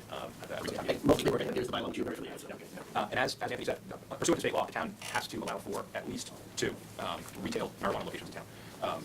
And what the town did when it adopted its adult use marijuana zoning bylaw was say that there can be no more than 2. So the zoning bylaw allows for the absolute minimum that we are required to allow for under state law. We state no more than 20% of. No more than 20% of, Just follow their language. the statutory language says the town has to require 20%, enough locations that would equal 20% of the all alcohol liquor licenses in town, definition. So that number turned out to be 1.6 or 1.7 or so, but you have to round up according to the guidance from the Cannabis Control Commission. So that resulted in, so you're correct, the bylaw says parents statutory language, the current interpretation of that language from the Cannabis Control Commission is that would amount to. So as I understand it, what's been happening since the town adopted zoning bylaws, there's been periodic expressions of interest sort of trickling in from various applicants interested in perhaps locating somewhere in town. None of it's amounted too much, but and we see this in other towns as well. Oftentimes, town administrators will get, or planning directors will get emails from applicants saying, we can meet. Often it doesn't go anywhere. But in order to avoid a scenario where we're dealing with these applicants on a first come, first served basis in terms of vetting them, perhaps negotiating a host community agreement with them and allowing them to go forward with permitting, we talked about the idea of trying to do an invitation to submit proposals so that there was established timetable where anybody who's interested in to come in and submit an application by some date certain, so that the town can evaluate the entire pool of interested applicants all at the same time. And either choose 1 or 2 to negotiate a host community agreement with or not, but at least that process will also have the benefit of allowing the town to sort of evaluate all of the potential competitors for the no more than 2 licenses all at the same time. So tasked with that approach in mind, what we prepared was a draft public notice that announces how the zoning bylaw works. The town has got 2 licenses only, essentially announcing a process where anybody who's interested ought to come in by a certain date with a proposal for the town to evaluate. And the way the notice is drafted, then if at the end of that process, the board would determine which applicants were the best, and in its discretion, enter into negotiations for a community agreement with those applicants, because that is the first requirement that has to be satisfied before they can go in for permit. No applicant in this town, under zoning bylaw, the town adopted, no applicant can go to the planning board for a special permit until it's first negotiated and enter into a host community agreement with the board. So that the draft notice you have in your packet announces that process and has a couple blanks in it. One would be how far out you would want applications to come in, and another blank is what criteria would the board use for purposes of comparing people who come in and apply. I left that blank so that the board and planning board can discuss it. And that could be, and I think that section could range in specifics, could follow the range for highly specific criteria you're used to evaluate applicants, or it could be more vague. I think either one would be okay. I think the important thing here is this looks kind of like an RFP, but it's not because we're not buying anything or purchasing anything. We're just inviting people to come in, submit applications if we do this, and for purposes of getting some stuff here. So it's more like that. It is. I have some reservations about it being an RFP. It is not an RFP. And as I was drafting it, I thought about it. I'm quite satisfied. The board can issue this, and 6 months from now, enter into a community agreement. The applicant adopted that. The board must issue this, and that's how I take no further action. Although that would have to be made. That's the purpose. There would be another talk about having a pool of applicants. But yeah, this is not an RFP, and it doesn't bind the board in a really meaningful way. So along those lines, at what point do we put ourselves in a challenging position because maybe we're not getting host community agreement that we want, or we're not getting the terms that we want? For the state, we can't say no, but I'm going to guess that we probably can't throw up overly burdensome regulatory hurdles either. So that would be interpreted as a no. So, but I'm more than comfortable skirting that line and getting as much as we can for the town out of this process until we put ourselves in a spot where we are throwing too much. The interesting thing in terms of getting what you want out of a host community agreement is going to be that the statute sets some pretty specific parameters on what a town can get out of an adult use marijuana house community. And those limits are the host community agreement can provide for no more than 3% of the establishment's gross annual sales to be paid to the town. And on top of that, that 3%, no more than 3% of gross annual sales must be specifically tied to municipal costs associated with the establishment's liquor resource loans. Now, in the past, negotiating host community agreements with marijuana establishments, applicants have been more than happy to just pay them for free and do that. But what we're seeing out of the Cannabis Control Commission is an increased interest in policing that tether between the costs, between the payment and the actual municipal costs. And they haven't gone so far as to say that they haven't yet gone so far as to say that they're going to actually look at host community agreements and say which ones are as much or which ones don't. But that seems to be the direction we take very much. They've already looked back at host community agreements. Just that's right. Along the way of getting at, you're probably within 6 months or a year. You're going to get an applicant, and there's not going to be a whole lot of additional work for negotiation. So consider this hypothetical in the context of that question. Within the context of this, what do we call it? Letter of intent. We say we would prefer establishments that are no bigger than 1,500 square feet in footprint or something. And all we get are applications for retail establishments that are 5,000 square feet. And they all look around and say, is it bigger than we want? At what point are we going to simply have to enter into a host community agreement that doesn't meet the criteria that we might put in here? Because at some point we do in fact have to issue these licenses. I guess the question is there a scenario in which you do in fact have to enter into a host community agreement? Okay, maybe that's my question. I'm assuming there is. I have not seen anything. Yeah. Okay. So, Jason's question, that's a little consideration from a slightly different angle, is that if the comparison that seems to be coming out of the Cannabis Control Commission oftentimes seems to be how we award liquor licenses, at least that's been made a couple of times, then, okay, when we have a liquor license, I don't feel any compulsion that we have to give it. So, the burden really is on the proponent, and I consider this is similar with the distinction that they don't yet exist, so the next one will be the first one. Is there anything that compels us that, if we get 5 or we just didn't like people bring them in? If 5 liquor license, I know I would feel comfortable standing on legal ground that you didn't pass muster with us, so we said no. I think you want to look at each one on its own merits. Yeah, come up with defensible reasons for saying thanks, but no. Well, that's the criteria criteria too, we help hurt ourselves by putting criteria language in there, because, I'm all for, filling these businesses that, succeed, everybody's happy with it. By the same token, I'm not naive to the fact that, the Walnut marijuana, which was, floated by us last July on a common corridor, we're prepared to spend millions of dollars to find it, in terms of the character, that folks seem to want. I'd like to be able to say, no, not there, not that size, go find a smaller spot and succeed with it. Other sides. And that's why I raised the example of footprints. I think everybody's heard me say one way or another, your grandfather's smoke shop, fine. Yeah. But we don't need the Walmart there. I think this could be a useful tool to steering these in a smaller area that is currently possible under zoning, and it could be a useful tool for getting applicants listed in terms of, I think the key thing is the unknown, is that'll work if we get a healthy pool of responders, if we don't. I appreciate it, you don't know the answer to this question, because we don't even know if they didn't want to appeal. What do they appeal to, and on what grounds? I mean, what's the baseline? There is no administrative appeal to the Traffic Control Commission. That's not their authority, right? They have to go to Superior Court, some call back to This the court. would Wouldn't go anywhere, because it's not a permanent decision. Within, at least it's not, your action, You're making a decision based upon the size, that's relative to zoning. it's not, no, you can. We're making that about a whole block, right? You're the gatekeeper under the statute, but that's not. But I hate to try to personally to set criteria, because in one instance, a certain size may not have to be a location, in another instance it would, so I hate to get hung up on, square footage, so, like, context is everything here. As it is, I think, with liquor license basis, we had, last time we had 3 for 1, boy, they were awfully similar in a lot of respects, so we kind of got judgment calling. But they were already operating now. Well, I'm aware of the others weren't bad either, it's not, You're all operating in the community, I'm sure they're true. yes. Didn't have that executive license, but we have the right to limit where it goes to, Laura said, this is the area, and we have the right to say, that's too big for this area. Well, that's actually well. And I think that's exactly the thing that I would want to be able to say, depending on where it's located. I agree, I just want you to do that. I think those site-specific laws under operating, not yours. What does? Site-specific location is a planning board decision, Right. not a select board decision. But in this process, we can still, I mean, the criteria that I would want to outline here would be that something flexible enough before we even get to you guys in terms of the proposals that we see, something that says the proposed size is consistent with or amenable to the existing infrastructure around it, or some qualitative evaluation of how well does it fit. Because what I don't want to do is enter into, as a board, enter into a host community agreement that then is just going to get crushed by you guys, right? So That's what how this fits together. And so I do think some of that site-specific qualitative evaluation could go in this request for letters of intent, to make sure we're not completely. And my question is, are we really trying to advocate somebody come to the town? By doing this, you're putting them outside, you're asking people to come. No, no, no. Do we want it? Is that something we really want to do right now? So with that statement, it would be my position that we do, because we're looking for the best of the best, right? The best applicants to come forward should be able to get the license. And I can bring it two different ways, and one is reality-based, we're under, compulsion to provide, and I think if we embrace it, then we're likely to get better applicants. And two, I think town is hoping not to. The town is hoping, I also think there's an opportunity for 3% that, the town benefits from that, that income. So there's I don't think there's much likelihood of success if we were deciding on it, because that's all, maybe, I don't know. And the danger there, and maybe remote, but it still exists somewhat, is that the first applicant comes in and says, here's a community, here's a HCA that has 3,000 residential sales and everything else you ever want, but take it or leave it, and then they make the argument, I'm not sure it wins, but they can at least make the argument that they're the only applicant in front of you, you have to look through. We find that, but there's some value in fostering competition amongst that. Well, there might not be any comparables right now in Massachusetts. There are cases that have been looked to for Colorado. So I know I maybe trying to get to your tactic, but there was an email sent to you all, and Chris has it as well in terms of what one particular city in Colorado has done to establish the criteria, not only for the location, but also what type of management structure they have, what type of qualifications they have, and they use a point system, so that they have 10 different applicants for a specific license. They have the criteria all established as to how those applicants can actually receive those points, and then they go for the one that has the most points. So it's a very evaluative process, and you all have a copy of that. But if you wanted to look at something like that, where Colorado now has, 4 or 5 years experience under its belt. Well, what I liked about that was that there was one element of it that helped ensure that the business was successful. Right? What we don't want is just a revolving door, shops coming up and closing, popping up and closing. But it also had a community in mind when it was looking at, both the viability, but also the community. Yeah, Chris, can I copy that? I got a copy. I didn't have a chance to look at it in detail before coming tonight. I was reviewing a little bit while I was in the audience. It looks like it's something that I would look to pull over some of, but not all of. There's no time. Sure. Others, there, for applications that have gone through and have been accepted and licensed within the state, what's the average size of the retail establishments? Not many retail have been permitted. So So I don't see that question.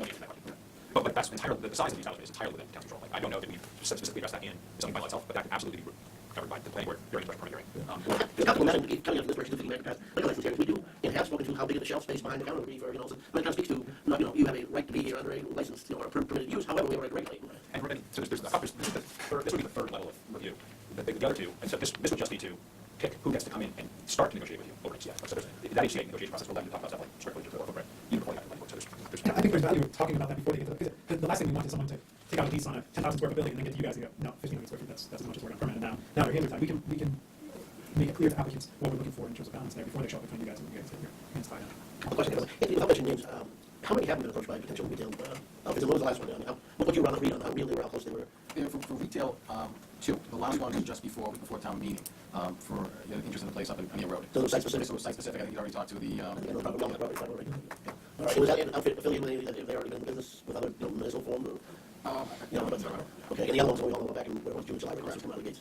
In Chris, you counted it, I had this conversation with Keith, months ago, at the point where we are right now, if we were even entertaining putting out this kind of, letter, where do we stand with our, other communities? I mean, it keeps feeling we're kind of having hurt at this point, so it's hard for me to make a case that we're being, restricted when we're, proactively engaging this. no, this is pretty advanced stuff. I have not seen any of our accounts be this proactive in terms of. But I think the towns that are already licensing it right now, which is the next question, should we be gathering anybody's Yeah, okay, on a retail basis, what's the area? Should we be looking at that? Mayor Gardner, Brookline, I think it's City of Boston. City of Boston's a couple, and there's Salem, Salem, went to get around medicinal dispensary, who's, I think they. Right, yeah, they just put their license, yeah, right.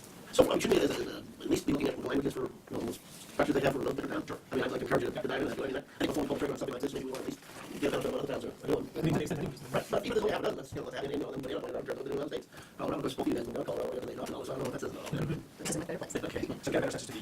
But how they're approaching all this stuff. Yeah, I would be particularly interested to know what's embedded in our host community agreements above and beyond the statutory. I would hope they're all Yeah, getting what process they use, too. Yeah. Because what's embedded in our host community agreements, it may be something that we want to broadcast here as, or maybe we expressly want to avoid that, but I'd be interested to know what our communities are. Sure. Are those towns doing recreational, or are they doing municipal sales? So I would want to caution on site specific only because I would say that, some of us might be thinking that it should be on the side street, other of us might be thinking that there should be a location that's accessible from the highway, but yet it doesn't take someone past the school year. Right? So, when you think of Bay Road, I think of the high school. So like coming off line 5, I'd rather see it go in a different direction. So there's things that I think we're all thinking about and they're all on the same page, the same thing, but side roads aren't always the best roads because they please don't always patrol the side roads either. So. Well, I think, but that then suggests that what we should put into this is the criteria that we would look at is the appropriateness of the location for the size of operation and clientele that they expect. Because I think the 1,500 number that you guys want is great. So if it's the front, but you have back of business. So if you said 3,000. Oh, I know what you're talking about. Just so and I'm saying that, if you said 1,500 for front of business and 1,500 for back of business, and that's for storage, for refrigeration and whatever else they need. And I would prefer to get more information in the final decision, but my inclination would be that our criteria ought to be guidelines for potential applicants, but everything ought to really be decided on a case-by-case basis. So that's just a history based on when the first municipal passed, we had a number of people that come to us until COVID, and we just don't want to case-by-case basis. We sat down and we had a informal meeting, kind of felt out what they were looking to do and what they were willing to give under HCA, and I know of 4 of such meetings that I was involved with Melissa, and we narrowed down to 2, which brought it forward full board, and from those 2 we selected the one that ultimately is operating a little bit. I think, to Mark's point, if we put some sort of a letter of intent, call for letters or something like that, we're kind of rolling potential. That might be good, might be bad, I don't know, I can't tell, but it kind of happened organically with cultivation, and I think it's been legalized in the Commonwealth, it's been legalized in Littleton, and I think that although we need to wrap around what it is that we're willing to allow, I think we just certainly get some good information from Colorado, some of the information that Ben gave us to try to help us to identify how we just have most things going like that. That's a request that they allow us to do a little more than just base it on our gut. Maybe we don't talk at all about specific locations, but we do request a community engagement plan. We do require that they share a business plan with us, to the extent that it becomes public record, right? So however much they share or don't share is on them, but because I would want to see a business plan to know if they're going to be viable, but then we're not putting hard criteria on it. Saying stuff, the police, fire, That's the CCC and all that stuff. We can look into it, everybody who works in it is going to be licensed for that kind of program. yeah, but that's also true of the NDC, and yet locally always makes sense to do your own, have your chief do it right now as well. Yeah, back to time. If we're not rushing this, if we're not asking people to come to us, we're going to have benefit of time on our hands. Maybe it's going to take a couple of years. As other towns come out, we find out what worked and what didn't work. Doing this right now is going to force people to come to Littleton, and I just think we should be waiting and getting more of our ducks in a row. I agree with that, especially the last part. I'm not sure we can justify it or want to be putting off this one in a couple of years, but let's see where it goes. We're this close to doing something. I think we ought to have Chris do some more research, take a look at it on, and revisit that information, and give everybody a chance to think about it, a few meetings from now anyways. And yeah, sure. We're talking about economic commercial growth. It's not really to do business potential, and for us to get 3% of sales, if we live with 1,000 square feet, 1,500 square feet, I don't know the right numbers, I chase the one. But if we find out that operations that are operating now are averaging whatever number of square feet, 3,000 square feet, whatever the number is, in order to be viable, in order for them to make the investment to do it, and to produce the kind of numbers that we would benefit from, because it's basically 3% sales and potentially another 3% based upon their sales. So there's an opportunity for us, from both perspectives. This is fun money. I would actually also propose that this is a different tangent. We earmark some of that money for whether it's SRO or we take of that 3%, we determine where that 3% goes. Well, a lot of stuff, yeah. I think that's really mindful. We said yes, right to listen. We voted the other last Monday to say, the tax rate 3% retail tax. Sorry, Mr. Jack, one more question for Chris. So is this a situation that that if we were to be approached by an applicant with a full application, that we would have to act on it? Or could it be that we say, wait a minute, the town is currently in the position of putting something out there? I'm comfortable right now that if we had a ready request tomorrow, we could say we're working on our process. Okay. As we did a meeting last night, we got on the schedule for several weeks from now. We're working on it. We'll get back to you in 2 weeks. So how do you That is the situation we're in. We've noticed that anybody that's been in the industry, and we've had to wait to get answers from the CCC, so it's been hurry up and wait, right? Every step of the way. So if these people are truly in the industry, they can know that it's not going to happen. It's not turkey. Well, I like to stop you. To be able to do that, yeah. I mean, I love the idea of going through the process. That said, I would fully support if we get the right applicant that shows up tomorrow, with the things that we qualitatively all agree why this is also an applicant. Yeah, I wouldn't necessarily outright say no. It would be, I would still want the opportunity to evaluate that, particularly if they do show up with all of the things that we just talked about in SRO, fire truck, Yeah, right. I just assume at some point, since the state doesn't get that money, they're going to take away all the HCA stuff. So I'm more focused on, two businesses that succeed, and that blended well. And that, so I really think everyone wants to know it. But I think we're doing the appropriate thing right now. We should be looking at what other people's processes are. We don't know who's going to be the first one to do it. We get lucky, we get horrendously unlucky. Somebody's litigious and bad actor, but who knows? They open the door. So, if we don't see the consensus on the council, gather some more information, incorporate whatever it says to, and the next time we meet, we'll be better informed and maybe have some thoughts about process, criteria, timeline, all that stuff. And we want to do this collaboratively, so if you guys want to go off and have no discussion, we can go full, I have no problem with that, and that's it. Speaking collaboratively, so right now we've got those 2 areas essentially that are we allow it. That's something that you think should be adjusted or amended because we made it clear, Mr. Chairman, last year, that there was certain locations that we want to go to. Yeah, personally, just like right about Conwell, we're plowing all the time, having money, But, the right operation and the right building might work. It's just, I didn't know the building that stands out, like a sore thumb, that drives the character. I think you had the wrong impression that was being discussed, because they were talking about 3,000 square feet of the whole building being that use, the rest of the remaining as office space, and/or if sewer became a restaurant in the front half, so it would be a backup business inside. All right, but I'll agree to disagree, I'm glad that didn't happen, because it still leaves a nice wide open table for people to find before they come in. If that comes at that time, that would be, I think, tax on the vote. Yeah, and we collect less taxes on buildings around than what we said next door. That's my surmise, but that's just my opinion. Is it too premature to ask town council to the extent you can synthesize different points of view, and sort of give us, let's say, a menu of ideas to consider under the criteria? Not that we're bound by any of those, but I would like to see. All right, I take the liberty to ask the crowd to say what's the best interest of public, if anyone wants to chime in on the subject before we close it, move on to the next agenda item. Everyone stop already.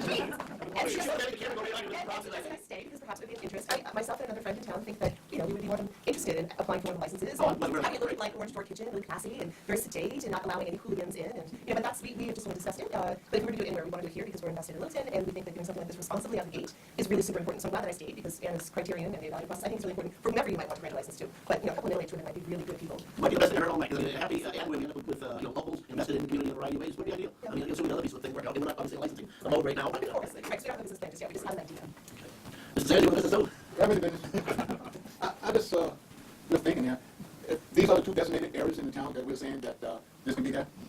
Yes. I'd like that, well, council explained how many other places want to speak to that Chris process. Sure, that was, subject to the planning board public hearing, and then was passed by town meeting, so that was. How long was that, 2 years ago, maybe? A year at the annual, or no, last annual, this past. That's okay.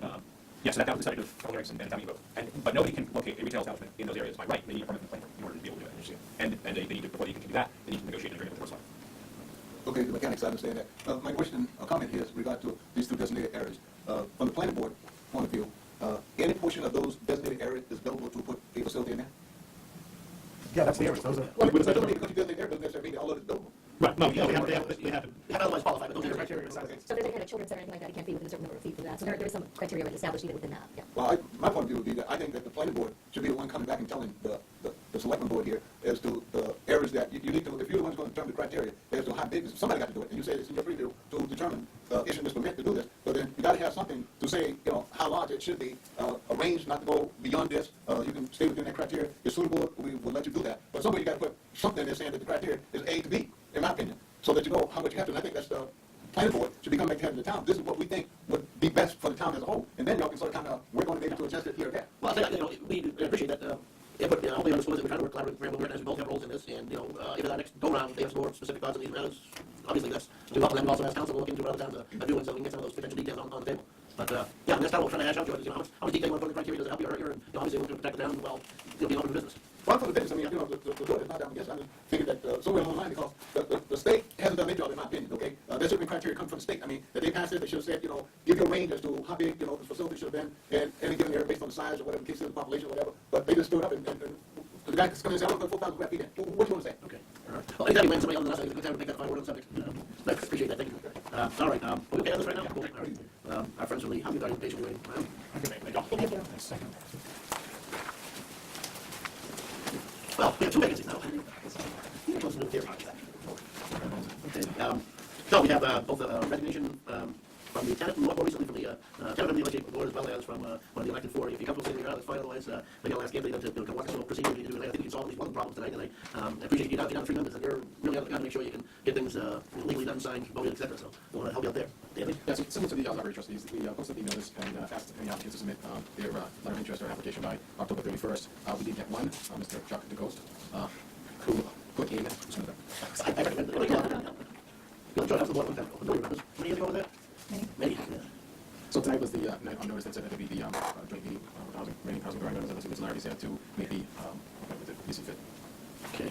And then we'll, the other items, we have to make the formal, notice on the other, procedure. Do you want to speak to that, sir, or how do you guys go about that? It's right now, at this point, there is really no guidance, so it's just whoever wants to do it, so You're recruiting at first? and if anyone comes forward, they'll fill Joanne's seat until her seat expires, and then they'll have to decide if they want to stay on the board after that. It's very great right now, they haven't given us any information on how to go about it. Okay. Well, just to hit on what Anthony spoke about, I know you're aware, this is much for the audience at large, and to get your input on this, recognizing that we were facing, having this meeting without any applicant, Chuck offered to come forward in the interim, and I'll let him speak to that, but, if you were okay with that, at least we can get a position, we have 4 members, to move forward, but, Chuck, you want to maybe speak to your motivation on stepping forward?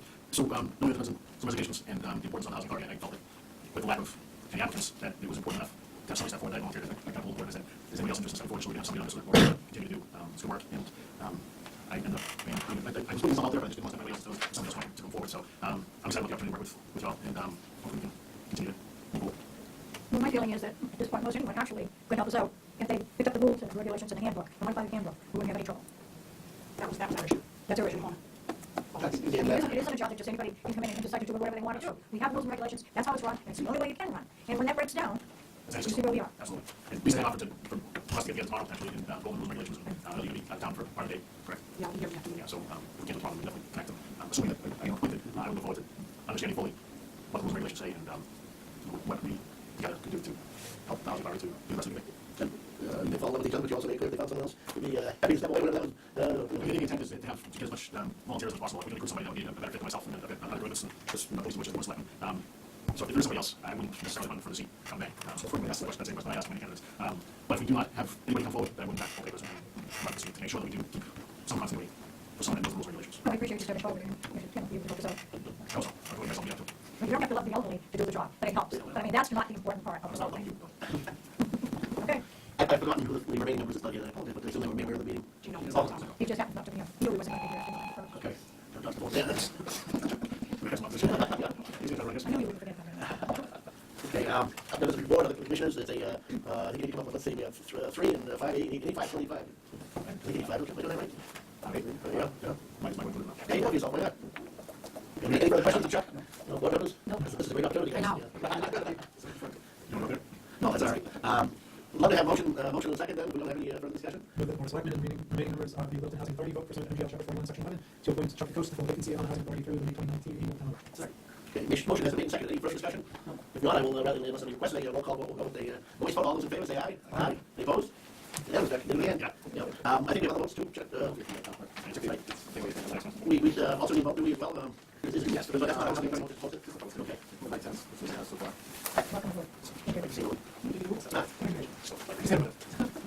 18 is our, this is just for our, okay. And again, folks, this speaks to the other vacancy, this procedural, Madam Clerk, you want to shut? Sure, we do. Okay. Move that the Board of Selectmen vote as follows relative to filling a vacancy on the Littleton Housing Authority board created by the resignation of Joanne Cordemanche, effective October 15, 2018. 1, to receive notice of said vacancy given by the remaining members of the LHA board received pursuant to Mass General Laws, Chapter 40, Section 11. 2, to determine that said vacancy shall be filled with an LHA tenant in accordance with MGL Chapter 121B, Sections 5 and 5A for a term expiring May 2020 or until a new member is qualified under regulations issued by the Massachusetts Department of Housing and Community Development, whichever comes first. 3, to give notice to the remaining LHA board members that the Board of Selectmen shall convene a joint meeting with the intent to fill said vacancy by joint appointment to be made on Monday, December... 2 meetings, the 3rd and the 17th. The 3rd and the 17th. Tuesday, for the 17th for the tenant. Did you have a chance to get them in a couple weeks? Try hard. I got one pretty interested, so... Okay. Oh, all right. Okay. So we'll the 3rd. Okay, appointment to be made on Monday, December 3rd, 2018 at 7:15 p.m. and 4, to invite interested LHA tenants to apply for said appointment and to be interviewed at said joint meeting. Okay, motion's made and second. Any further discussion? All those in favor say aye. Aye. That's how it. Thank you both. Okay. Thank you. Make talk, wait, bottom of the agenda. Town building committee meeting now. Yeah, I know you've been working closely with the committee too, because you're right here present. Matt, do you want to set this up for us? Yeah, and summarize it, check and grab. That's great. So the Levy report identified basically 4 options at that point. There was, without going through, there was the renovations, there was additions, it was purchasing a different building and renovating that, and the 4th option was to, an alternate, we call it the alternate phase approach, which would be a new campus. So with that, Chris started, the only existing really piece of land that we own and with the library project already kind of in motion, we had thrown around the idea of what we built on the slope, a... So the phase approach was acquiring a piece of land, i.e. a cable property or some other piece of land where we put the phase approach on campus. It proved to be cost prohibitive. There was no land necessarily available that allowed that approach, which is still in the realm board space, which is on board as well. So Chris came kind of just spitballing the idea of doing a campus on the back in line with what the library proposed. Sorry. So anyways, with any of the, anytime you do a building construction or renovation project over $300,000, National Law requires you to have an OPM on board. So we went out to look for qualifications for an OPM, and we had...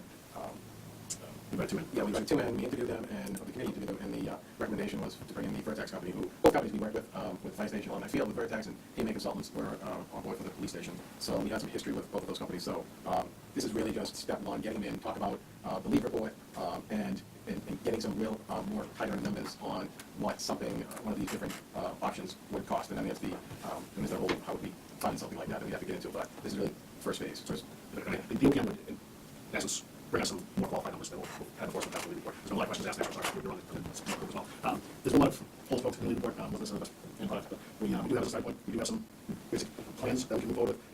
point for an OPM to come in and start saying, okay, we use our cost estimators, here's one with plan A, this is what we think it would cost, plan B, this is what we think it would cost. So we can kind of spec out what the cost estimates would more accurately be, and then determine what would be the best plan to kind of move forward with, whether it be, assuming the library goes forward and gets passed in the spring, and that goes on the slope site, do we want to work with this existing building and find out what it would cost to renovate the library, and then in turn renovate the rest of the building?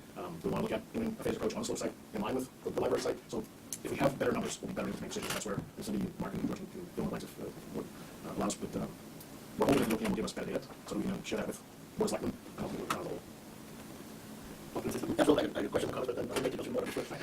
This is the reservation that I had, and I brought up to a couple of already. The first one being when we were approached by the gentleman who's consultant that was doing the work, the next town administrator, and he was interviewing me. He asked what the needs were, and I saw problems coming up in town with our conversation. It was brought up, we have a space needs problem in town. He then says to me at that point, oh, you're going to tear down the current building, and you're going to be building a slope to go back. And I said, where'd you hear that? I said, that committee is still being in session working on things. I haven't seen a drawing, I haven't seen anyone make a report. So at that point, I asked Paul, if he's being chairman, can you put something on the agenda so that we get an update what's going on? Thinking that when we get a mail packet, there'd be all these options on there, right?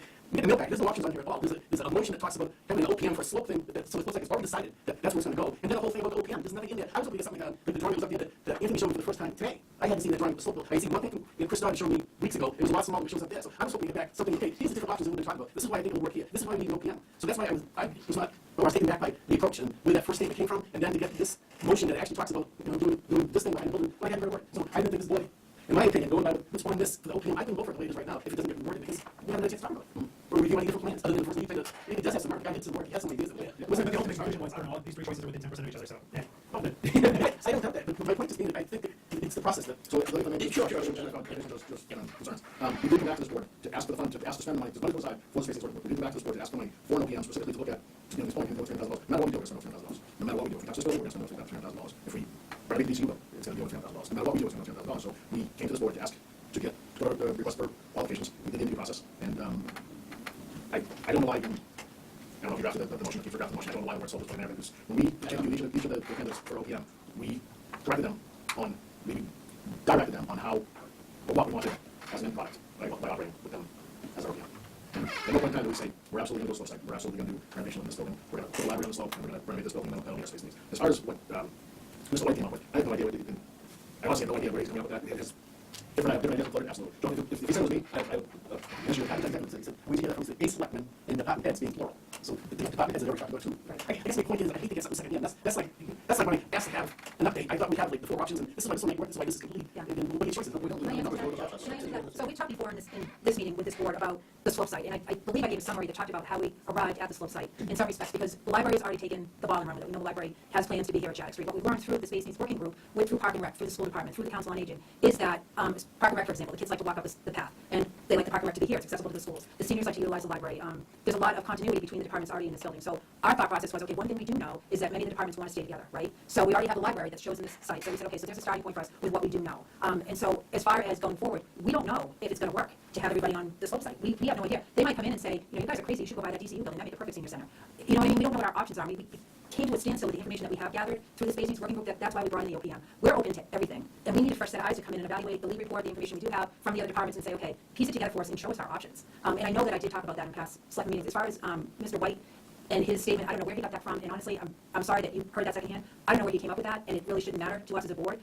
All I can tell you is the Space Needs Working Group, we have not made any final decisions. This is a work in progress. And hiring the OPM is the first step in that process. It's an open book at this point about what we're going to do and what we can do. I've got some comments there. They diverge from this line of inquiry and discussion, so to the extent there's follow-up on this. Well, I can go back if I need to, I can follow up. My first question about the OPM services here is, and this is directed at you, Mark, as a representative of the Library Board of Trustees, as much as anyone is.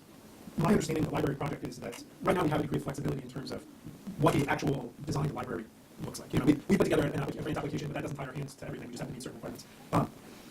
Will the OPM's services help us in that process of re-looking at the library and ensuring that essentially the elements in the library maximize not just the library aspect, but to the extent that we can harmonize certain things, or is that outside of the OPM's role? Yeah, I do want to too far into the crowd before everyone has a chance to answer. I'll try to answer that question as best as I can. So the library, where it's at now, is we know basically where it's going and how big it is. What we can get from the OPM is like maybe you'll come back and say, well, instead of having a 100-person meeting room, we'd be better served to have a 125-person meeting room or something like that. So it's not really like, it's like ancillary things that could be added or changed on the library plan. It's not like the core, right? That can answer your question. Maybe you'll say, we'd be better served to have another meeting room, another meeting room. Or let's consider this hypothetical. The Space Needs Working Group says what we really need is additional space for some smaller, more private community meetings, and that serves both the needs of library patrons, but it also serves the needs of Council on Aging, right? to the extent that we're modifying the existing library plan, does the OPM services that we've got spec out here include the modifications to the library's plan? I don't think I think it's like an ancillary. I think the OPM can suggest things to the library plan that when the library is actually funded and going forward, we can incorporate, but they're more suggestions. That would be essentially another scope, that the architect or engineer that was specifically responsible for it. Yeah, so the library will go through a full design and build out as part of the second stage, one with the grant. And the OPM in this town needs study can give more input on what we're putting into the library. The documentation hasn't done thus far for the library, will be made available to you. So I guess I'm sorry. We as a community have invested a lot in insurance. Second question or comment on the OPM services. I understand that we're using the OPM largely for cost estimating purposes. I'm a little concerned that there's no architectural expertise on the OPMs. The OPM helps us get an architect on board, so that's the part. He's getting us through the design selection process, which is getting that architect. Okay, so to the extent that we're building cost estimates, we're building it without an architect's input. Is that No, correct? we need the architect. So we need the OPM first, then we move on for an architect for the next. Can I add? So having done this exact same process for the library, you basically have to hire an OPM before you can hire an architect, right? And the OPM helps you with the criteria of selection of the architect. So what you're doing right now is saying, we're going to hire an OPM to help us figure out what the town needs assessment should be, right? So to Mr. Max's point about not knowing about the slope site, there's been no more discussion or really on town, our side, on our working group side on it, because you really need to hire the OPM so that you can hire an architect to go to the next step, right? Would that also include, like, to the extent that we are interested in pursuing slope site, hiring a geotechnical engineer and those other specialty trades that you understand? So once you say, so with the library, we go through this, where we say, we can build a new building, we can renovate the existing building. The architect, we go through the different options and say, this is what, this is what the new library will look like here or there, or if you're expanding, and then maybe do some of the costs, and then you narrow it down and say, well, we like option A versus more than B, and then we go through, and, the library went through some of the geotechnical, we did borings and whatnot to make sure that the slope site would support the library. Once you go, and then once you have that more, then you can do a full cost estimate, independent cost estimate, right, which we had done on the slope site for the library. It's the exact same process for this building, right? It's just some of the things are, like, the information is leaking out in a weird way that no one's picked the slope site, right? We're not in any position at the base, like, we're just trying to get to the position to say, what is the best option? And before you can hire an architect, you have to hire the OPM, and you go through these processes, so. I'm satisfied with that. Okay. Yeah, I have a number of problems. I want to be supportive of our colleague and the facing improvement recognizing point forward. So that's why I want to stress how important I think the process is and should be. And I go back to the comments that Joe made, and I got the concerns that I hopefully are easily correctable going forward. It was before this committee in spring. We asked for it. We got an update in July. This is our only other update since that time. I do that comparatively. Okay, well, this is the only significant update since then, other than I think you remind me of something else. I don't know. It's the only agenda time we had for it. I don't know how often you've met, who shows up, what public input's been solicited. And now we got a presentation in July, which essentially reaches a conclusion. That's what I thought we'd be at the stage where we were trying to figure out how to assess the public's interest, appetite, what they wanted. I mean, other than just going up now, I know this is more part of the labor, but the internal users of the office, the employees, and ask them what they want to increase space. And of course, they want more space. That's a no-brainer. But I think I would have thought that we would have got more updates along the way with processes and tables that you've gone through. Who you met with, who you haven't, and now here we're at a point where I'm sorry, I looked at OPM, that sounds to me like every time we count before, you've already decided what you're going to do, what the need is, and now this person's going to begin the process of doing it. We've absolutely decided what we're going to do this week. Okay, This board has decided this week. it hasn't needed to study. That's study state, right? Yeah, but okay, first of all, the report I think organized was not terrific for companies. It was unconvincing. It was arguments, a joke meeting, just limiting conclusions without making a strong case. And we might have been at fault for not having put enough money in the process. I know we're doing roughly the same amount here, not to exceed 25,000. I hope we don't set ourselves up to end up back in the same place. But I could contrast this with the library and the senior study. Those have been on the radar screens for years, and even though we had some criticism and some sharp discussions with the library when we were trying to integrate more in the public process, some of the town was comfortable with what they were trying to do, and they could benefit from feedback back and forth. I think they have benefited from it. I think they won the town over. The senior center has been on the radar screen forever. I think both of those projects are anticipated in the capital plan. We just went through a 2-year master plan study. I was on the committee not once did I ever hear anywhere in the master plan there's a need for a new town hall. It's just, other than in this room right now, I've never heard anything suggest that we need. And so to come in and now like basically the second significant briefing we have is like, okay, first we decided what do we want to do? Okay, back off of that. Okay, we get to me. I'm not gonna hire a person to build it. How do you look? I don't think that's you can win the all. You know, tough time. I think Sitting by yourself, we've got on behalf of this board. Anytime you want to give calls, who put this agenda on 9A? Yeah, okay, I asked that they have an update on the space needs study analysis, which I Yeah, so this agenda is I asked for an update on the space needs analysis. Did not realize we would get back the final conclusion. And no idea you were conducting interviews of who else applied. Of course you did. We asked for permission to fund it. To fund it, yeah. So can I We discussed that we need permission to spend the money that was earmarked. $200,000 was put aside for space needs work. And we decided to bring back the board of selectmen to get the funding approved. Yeah. And we talked about interviewing OPMs. We talked about it, yes, didn't realize it already happened. Yeah, compare and contrast, you participated in this room, we did the interviews, and Chase was volunteer with the everybody had the book, everybody knew who the applicants were, everybody had a chance to tune in, updated routinely, so I mean, it was never a surprise that interviews are happening, it's like everybody's CC on everything, so we know what outfits are in there, and if somebody had any input on this company, you might want to check in them, because they get some bad history in this town, or these guys are really good for a variety of A, B, or C, all that helped inform my questions anyways, in the 3 applicants we had, and I think that's more than normal. That wasn't like, we didn't want to look at a sleeper site, salary, the board was routinely updated, so I wish you would be more open to, this constructive criticism, because this should be something that is that important, and it is, but I mean, an update every week on where we're at. So should I just email you the minutes? I think discussions about, well, did you meet with this group? You know what, I mean, honestly, Paul, one of my pet peeves with people is when they say, I didn't know about it. The minutes are posted, we have great minutes that March takes every week and we post them. If you want to know about it, be proactive, and please read the minutes. That's Other why than there are 4 committees in town, and I'm not going to go back on committees that are board appoints, I'm sorry, the burden isn't for me to go out and find the minutes, it's for the members who are going to you know say. what, I'll get all the minutes and I'll. No, it's as simple as this. No, and I mentioned it, but we have given updates to this board about this process. We didn't just go off on this on our own, and I think you're misconstruing where we're at. We gathered all this information, we don't know what to do with it. We're trying to find. About openness, there needs to be a lot more. You know what, we're not even close to that yet. We're not even close to wanting to win the public. We don't know what we're. Right, but then the process ought to be a very public process. They can. How many people show up? One, how many people? We have all the departments there.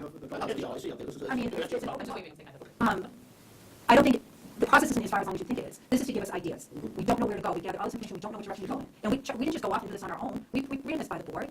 I just think that's unfair. Well, no, Vertex, those are there were the names, those are the people involved with the side section, right, okay. And PM, Right, well, I feel too, right. because we had money already, so, but PMA was the one that did the position. Right. So if I could, really, before you last one, before you talk about getting analysis about the park rec, when kids walk up, things like that, that's, I guess my only complaint is, that's what I thought I was hoping to get that, without having the person say right there, it's for the new town campus on the slope side. I was wondering, if that's consideration, but I was hoping he'd like 4 or 5 options, and he'd say, this is why we're going in this direction, this is why we think that's bad. That's what, Yeah. I know And how work you're doing, I have no objection to that at all. It's just, And that's in the meeting minutes, Joe, because those are conversations that have taken place. something I want to consider is maybe asking the cable to tell us, and yeah, Honestly, well, we can make it clear, it's an important enough project, that people should, for somebody else on the sidelines for the last one. But that's just a suggestion, but you should find ways so that the topic, people in town will feel what's going on, and, that starts at home. And let me just say, I want to support both what you're doing in general, I want to support what you're asking for here tonight, because, I appreciate colleagues going off and taking on projects, but I would want to see a couple of changes in language here, just to reflect. Okay, to reflect. Well, let me suggest what I would think would be a workable change, just taking words out more than putting words in, see if this right. For instance, for a new town campus on the slope side behind, I would just say, for a, at 31, 33, 41 Chance Street, or other viable alternatives, and then, something like that. So, first, on August 13th, we did bring to this board voted to go out to bid for OPM services. So it was discussed at the August 13th meeting. And I remember discussing finding money to do it. That's about it. I didn't mean to say start fight. I know discussing money on it, but from that point, I'm not aware of any further action. And then this motion basically, I think that was what you say, Mr. Chairman. It says different, the only word that's different is after the word options. It says for the 3 options previously identified in the lead report, including the town campus on the slope site behind 3341, for library community center, for seniors, park and rec, town offices, and OPM services not to exceed $25,000. So that kind of covers it. Yeah, I don't like being stuck with the 3 options that we go for the lead report. I get rid of it for various options that could be And, I think at some point we're going to need to make it clear that we're setting the lead report aside to a large degree. In large part, that's what we're hoping that the OPM will do, is give us some much better. Well, and that's it. I don't want to set it aside yet, but as soon as I have any better reason to set it aside. Mark had many questions. We brought them to the space and working group. Very pointed questions about some of the questions. okay. I didn't want to get Mr. Sanders, I want to make sure that whatever that chance is, Vinny's going to take for started, but I'll welcome you to this point. Thank you, Mr. Chairman.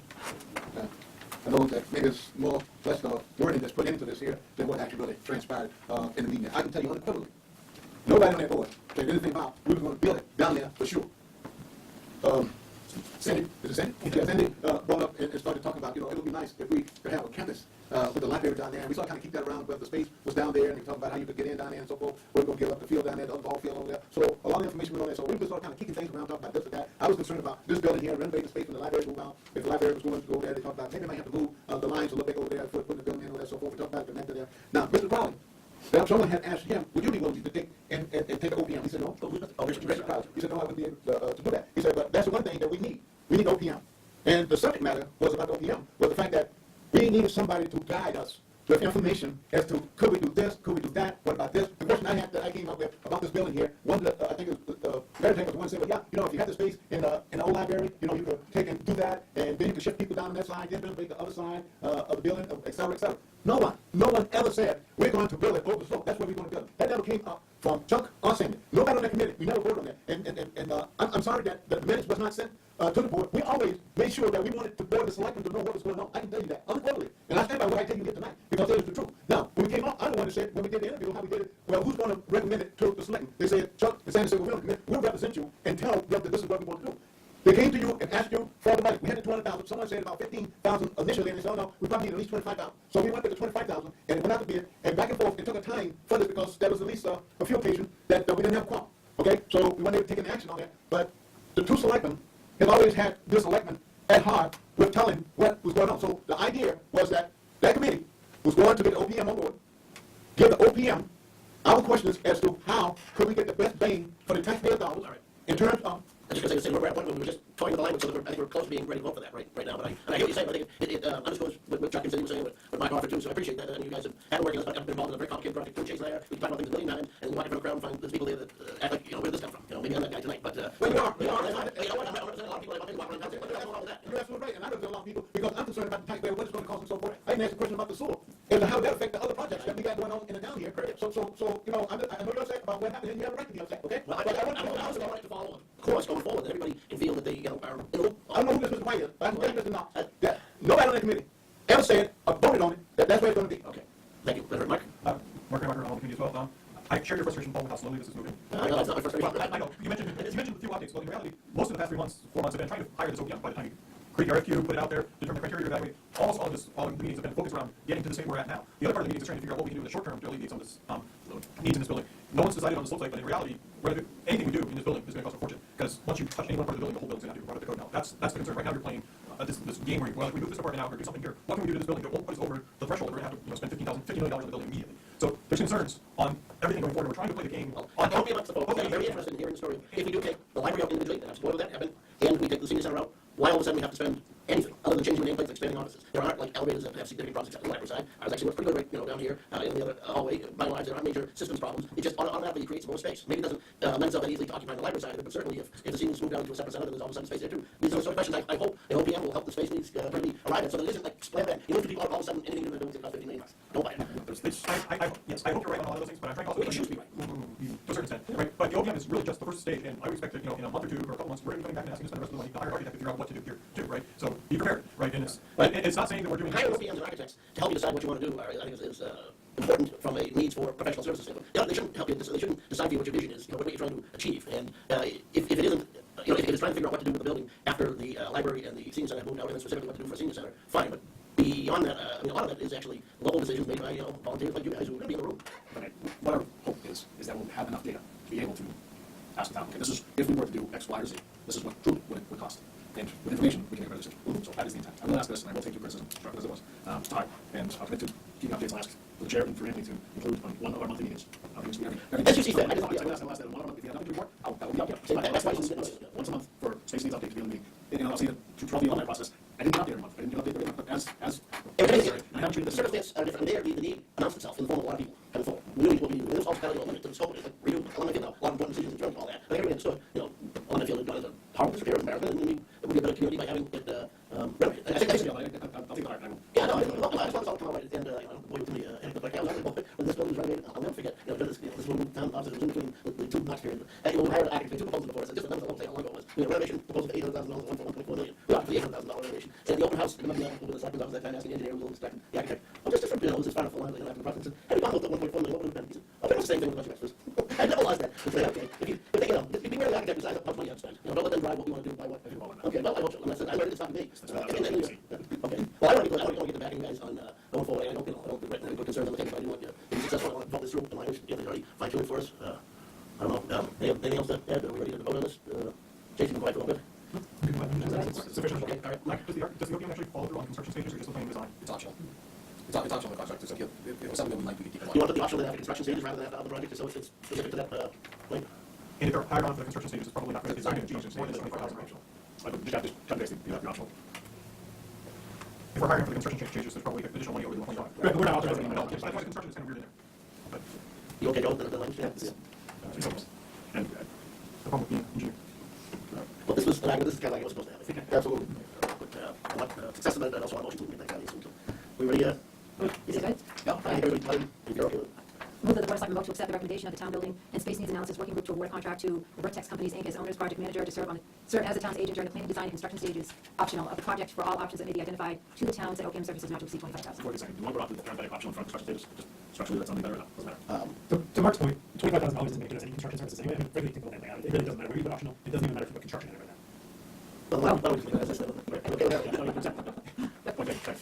Okay, that's a motion made and seconded, and discussion was inherent in the motion, actually. Any further discussion? No. All those in favor say aye. Aye. All opposed, the motion unanimous.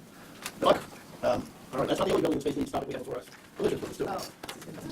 All right, so, anything you do something here, or check it, or? No. This is a good presentation. I was plugged in. I do. Is that fair enough? Yeah, just plug it in. Just right here? Yeah. We'll see. If not, I've got the USB key in there, it'll be okay.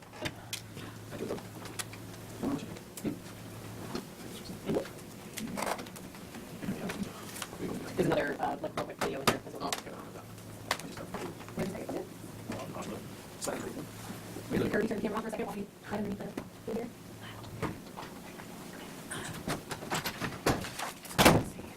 And you, oh, you plug it.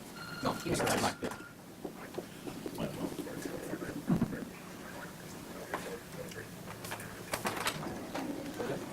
Hey. Go. Yes. Spell check. Thank you. Thank you. Oh, no.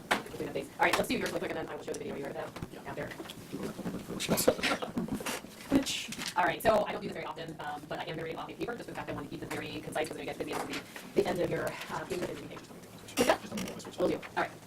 So before we kind of get into this, I just wanted to, like I said, my to be as succinct as possible. So the first thing I wanted to talk about was the long make back house and an update with that, because I know we haven't had the opportunity to come before you about that. So the prior timeline that we given to you all in that memo, so it's kind of like a history of everything that we've done to kind of get to where we are right now. With that being said, so we did complete the protest at parcel U16710 on September 14th, and that at the time was our only viable option for building a new septic system. I want to keep interrupting, but can you just say that location basically needs to be like? Sure, so it's essentially at Goldsmith and Meadowbrook. So there's like it's owned by the town, and there's a parcel of trees in that section. It wasn't directly contiguous to the beach, right? No, it was you had to go up Meadowbrook, but there's been a connection, yeah. Well, another thing's like freaking out. Okay, anyway, keep going. So we did 4 test holes out there, 2 short, 2 long, and the short of it is that all of them failed. So we're currently working with civil engineer and Littleton Water Department to determine other possibilities, so that we can move forward with that project. At this point in time, we can't do any build at all off of 10 that we currently have. So we're kind of putting everything on hold so that we can formulate what that new plan will be. So that's kind of that simple update on the backup project. Any questions? How viable is that composting toilets? We're looking into it. So we really don't know right now. At this point in time, again, it has to be based off of the tight tank. It's not a viable option. So we are looking at, when we're composting, we're looking at anything we possibly can. So as soon as we have... So it's at least viable enough that you're oh, looking yeah, into this? yeah, absolutely. Because I mean, that's even if we do just the one story, which we originally had come, to Board of Selectmen to discuss about that being happening or that occurring, that is something that we still need desperately to have done out there. So regardless, if I think we determined that it's really not going to be possible for us to do that 2-story. So right now, it's not even where we're at. We can't do 1 story. Okay, and I guess that's what I was trying to understand. Yeah. Is the nature of the viability of the 1 story is still dependent upon some sort of wastewater. correct. So I mean, at this point in time, speaking with Board of Health, that if we stay to the specific footprint exactly as it is, that's not going to help us meet our goal what we need to do down there. So sure, we could slap some paint on it and update some pictures, but at the end of the day, that's not really going to assist what we need to do down there. So at this point in time, we're just kind of on hold, putting all our thinking caps on and trying to come up with some plans to try to figure out what we need to move forward with it. Good question. Sorry, derailed. No, you're fine. That's good. All right. So, second part of this update was to review the space needs presentation that we presented to the space needs committee back in September. So Cindy had asked for me to come forward and kind of review some of these things with you. Like we've been talking about tonight, sometimes we get so involved in our own little projects that we don't realize that everybody doesn't see everything that you're doing. So one of the concerns that we had in our department, we did the communication with the lead study was they were concerned about our specific office, and they didn't quite get the fact that yes, our office, we do programs here in this building, but we're a bigger organization than that. So we want to kind of give that overview of some of the other programs that we have that aren't necessarily based here, and some that are kind of expanding and forcing us to expand the space that we use here as well. So we can't see the video, which I'll see if I can get that to come up later. So I'm going to go ahead and skip that one. But if you want to flip past this one. So this was just some basic information that we had about the frequency of programs, the starts and ends, and costs and things like that. So again, that's stuff that if you want to come back and look at that at a different time, please do that just so you get an idea of where programs are working in the parameters that are working. Thank you. All right, so this is kind of the big one is the program numbers. So one of the things that we've seen in this trend is that we are definitely increasing numbers as the years have gone on. So kind of one of the examples that affects this building here is we have a Tagline extended program. And what that is the last 2 weeks of the summer, which parents still really desperately need that care for the kids. And at that point in time, we were moved out of the schools because they need that time to get ready for the school year. So that program specifically in the past had always had a cap of 45. And that had worked for us in the past, but the last 2 years we've been completely sold out in that program specifically. So one example that we had, which is a video, which if it doesn't work, I'll send it to you guys, you can watch it later. We had a week where we were completely sold out and we had some very desperate parents. We ended up having a bus, the staff, and the PRCE van. So we decided that we would try to work with other human services and be able to use the multi-purpose room collaborating with their schedule.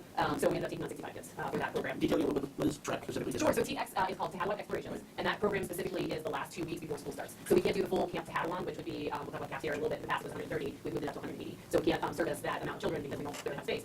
But in that specific week, because we had some of the other, and plus we had the staffing, we had the PRC van, we were able to actually help them do a couple, have a couple more kids do that program that week. So, that ended up working out. But again, you guys saw the video, it's madness having 65 kids based out of room 123 and the multi-purpose room. So we just had a little video where we trying to line up the lessons, and it's just like a sea of teachers everywhere. It's crazy.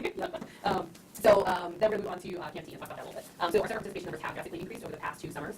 So we did have a 31% participation increase in just Camp T from 2016 to 17. And we had really huge numbers on wait lists. So what we ended up doing, so just kind of giving the numbers, the minimum in 2006 was 74, max was 114. 2017, the minimum was 82, the max was 136, and we had 31 people on wait lists. And then this past year, our minimum was 74, which was a week which is 4th of July, that's always kind of a variable week, and the max was 141.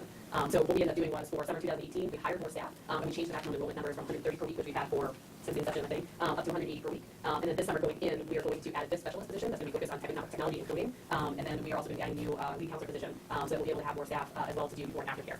So we have, like I said, we're hoping we grow into those numbers rather than having to hit that wall of wait lists every year. So like I said, we are seeing that increase in numbers every long. So other we love programs that are also at capacity. We have our track, which is Teen Recreation Adventure Crew. So it happens at the same time in tandem with Camp Tahadawon.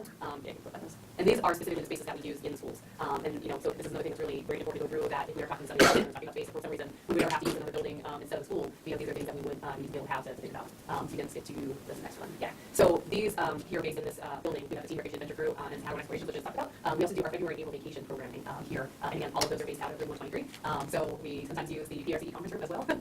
And then just again, kind of keep in mind that if the program is at 45 or 65, we can get into the multi-purpose room. We're still only based off of the 2 toilets. So think about that many kids, counselors, 2 toilets, trying to get on bus to go to field trips. It's a long, interesting process. Let's see here. Got those guys. So just so you guys know, we talked about TX being sold out for both weeks in 2016, 2017, and we talked about the max and min numbers on there as well. All right, so that's all I have for that. If you can hop to that last slide on there. So this is kind of, that's okay. So those were kind of the whirlwind of our summer programs, and that we have seen that expanse that's happening. So this is talking about our community education and recreation programs. So this, again, we are seeing that growth that's happening. This is kind of an interesting slide to kind of look at. You know, the numbers, so we have participation numbers is going to be in orange, and the number of programs in blue, and then the wait list is going to be that gray color. So 2016, you can see there's a big jump to 2017. 2018, which is literally 2 months. I mean, the numbers are just, it's one of those things that's really stunning because, you know, we had 565 programs. 2 months versus a year. Right. So this is the fiscal year, right? Correct. Yeah. So, and one of the points that we brought up at the meeting is, you know, we do go through cycles of folks signing up for programs. So we might have a really big jump in September when we put out the brochure. We might have another big jump again coming in December when the next brochure comes out. So it's not every month is going to look like this. But the reality is that 2 months in, and we already have 252 programs have gone and 1,680 participants in the program. These are children. These are everything. Everything. Yeah. So to me, you know, that's really telling that the programming is, you know, picking up there's a need for it, and that, you know, these are the spaces that we use here in town as well as at schools. And it's just one of those things that we're constantly fighting with that. The schools are, you know, either growing or getting busy, and to be able to find space to do these programs. So it's just kind of one of those things that we want to share with you so that you have that understanding of, you know, where we're at. We're definitely at this precipice of trying to, like, you know, we're busting out the seams and trying to, like, hold it in so that, you know, we're able to still operate and provide all the services that we can. But there is, you know, we are constantly growing as, you know, as the numbers are showing. So it's just something to be able to think about, you know, what we provide when we get to town, and, you know, and according to space needs as well. So it is more than just the office that we're based out of. You know, the program is definitely community-wide. Terrific. Let's take the 2017 numbers, for example. How much time do you think those 3,279 participants represent? Yeah, like hours at a time? Yeah, like That's the a lot of average question. number of hours is, you know, 2 hours per participant, 3 hours per participant. I love that question. I want to look into it more. I think it's hard to determine because you have something like Camp to Have One, which we have one participant for that week, like a whole week. So a whole week versus somebody that might sign up to do like a stone making, or sorry, a soap making class that can be like 2 or 3 hours. I don't mean to add things to your plate. I'm just curious because They have that data. How many of those activities, like, mammoth activities that company for 400 people, how many ones do they have? Would be like 20 ones that are aimed at small, 5 target, like, You can talk about age brackets. oh, not like all programs you have. I mean, how many of them are really, you know, targeted at small groups, and then how many others serve big populations? Right. I mean, realistically, I mean, Camp to Have One, that's the beast program that we have, right? Because that is, like I said, we get 140 kids a week, and then for 30 hours a week. Yeah, right. right. There is a 30-hour week. Absolutely, absolutely. And then, you know, a lot of the program that we have in the community education How side. many people would that, like, get offhand, you know? Or audience, with that. You have to have somebody to pull out. Correct, yeah. So in general, like most of the classes have anywhere between like a 6 to 10 minimum to be able to run. So I'll find out. You know, that's an interesting question. I think that will help people better capture the level of effort required to program, you know, let's say 40,000 hours worth of participant programming. I think the range speaks to, well, you know, it isn't like only just interested in the big programs, although by the same token, you're able to handle those, you're also able to you know, supply needs, you know, 0 to 5 people, you know, whatever the need is, it's being met in a variety of ways. The one other point I wanted to make is that the spaces used year-round, I know they don't get used a ton, but I also know that there are a lot of programs that go through our conservation spaces. In fact, that was my daughter's favorite program last year, was, you know, like hiking camp or something like that. So what's interesting is the ability to sort of utilize all of those simultaneously with, you know, the more actual physical. Indoor spaces, yeah. As much as we get people outside, we want to do that. And that's a big emphasis of the track program, right? It is, yeah, the teen recreation initiative program. And we've actually started a program this year with 2 of the younger women in our office that they do outdoor adventures with the kids. So every week they're taking them on a hike, they're going somewhere completely different, so learning some sort of outdoor skill. So yeah, that's been a really cool aspect to be able to, you know, add the underneath that. You probably already thought of this, but you're not going to the same presentation finance committee too. Okay. I'm going to meet with Fred soon because he's the person that I usually speak with before budget hearing, so I'll talk to him about it. Did you mention in the previous presentation, Alicia, there was a problem, shake a leg, were they cutting back on your usage, did you say? Yeah, so this year we ended up having, we have an extra week in the summer year, right? So we ended up running 8 weeks of camp, and next summer would be the same. And the schools are requesting that we end up, that we just do 7 and then give them 3 weeks to do, you know, the work that they need. So for us, it's a huge financial loss for us. You know, that's something that a lot of our other programs that we run are subsidized through Camp to Have One and the funds that we make on that. So for us to kind of lose even just 1 week, it really drastically affects, you know, how we operate because we're an enterprise fund. That means that all of the proceeds that we make from our programs are what fund us to do everything this year. The only thing that, you know, we're paid for, and I know you guys know this, but I'm just telling this, like, you know, the public. The only thing that's paid for by the town is for my salary and for assistant director salary. That's it. All the other staff, everything that we do, special events, everything is based out of what we do in-house. So we kind of run like a small business in that aspect. So yeah, if, you know, we are desperate to be able to do that extra week, it is possible. So it would really set us up for success and allow us to do a lot more for the community. Thank you. Thanks, folks. Questions, comments, concerns? I think in case it would be hard not to be supportive of, you know, additional needs in terms of space here.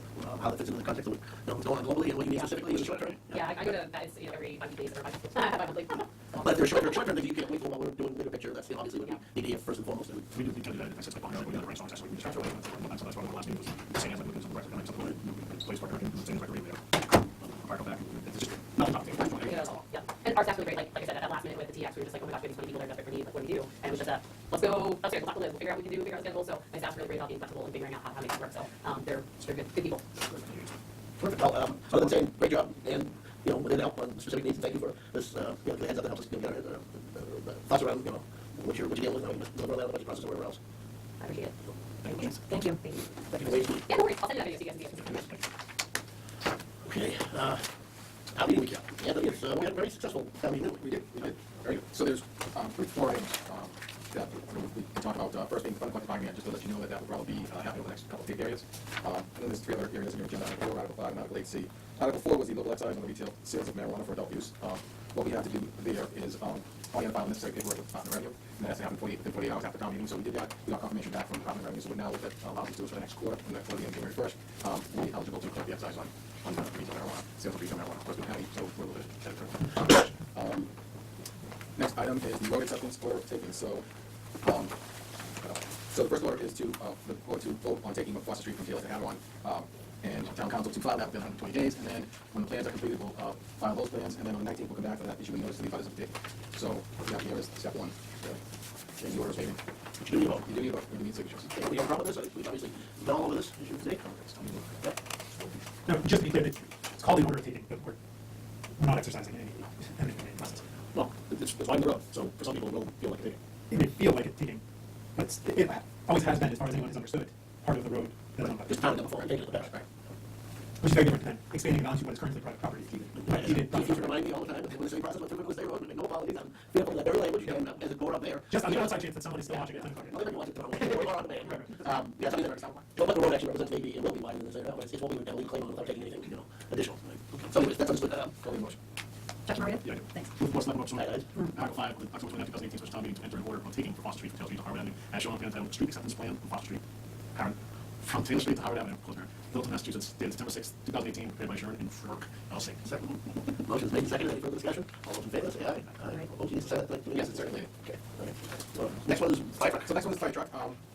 So what we have here is the town being authorized to purchase the ladder truck. There was just some unfortunate news, but kind of fortunate news at the same time. The truck that originally, I think Chief Chairman from getting on, the truck that the chief originally was told, they ended up selling on us. There is another truck, which is basically the same little modification, but different. That will be delayed until July. Instead of May, June, it'll be July, August.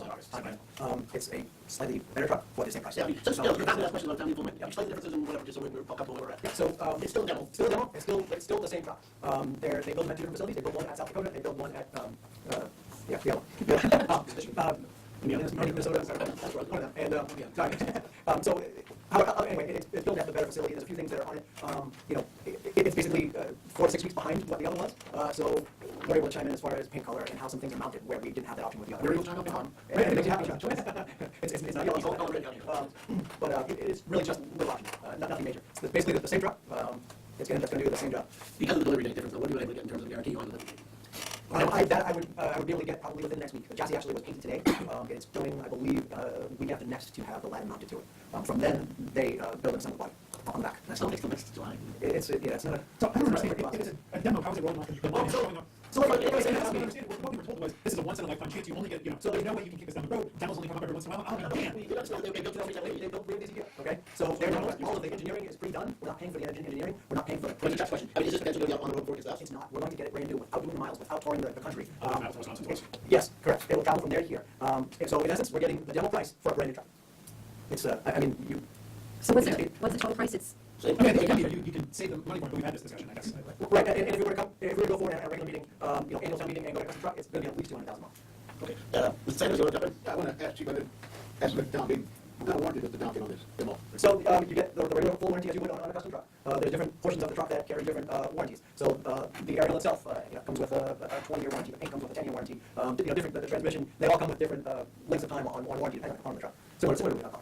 They're going to transport what by rail? No, they're going to drive it. They're going to drive it here? Yeah, that's how they all do it. They drive them all here. They own it until it's on our doorstep. Yes. Mr. Chair. So, Chief, you got this letter on Friday before town meeting? We received a phone call, yes. Okay. And so my apologies for not bringing it up then, but like the way it was painted to me, that's basically the same truck with a different VIN. Right. So we weren't losing out on anything. In fact, we had a little bit of a more benefit to us. So we used to have a town meeting when someone asked you about the floor model. You were actually describing this truck and not the truck that had been presented to us in prior meetings. Basically, same truck.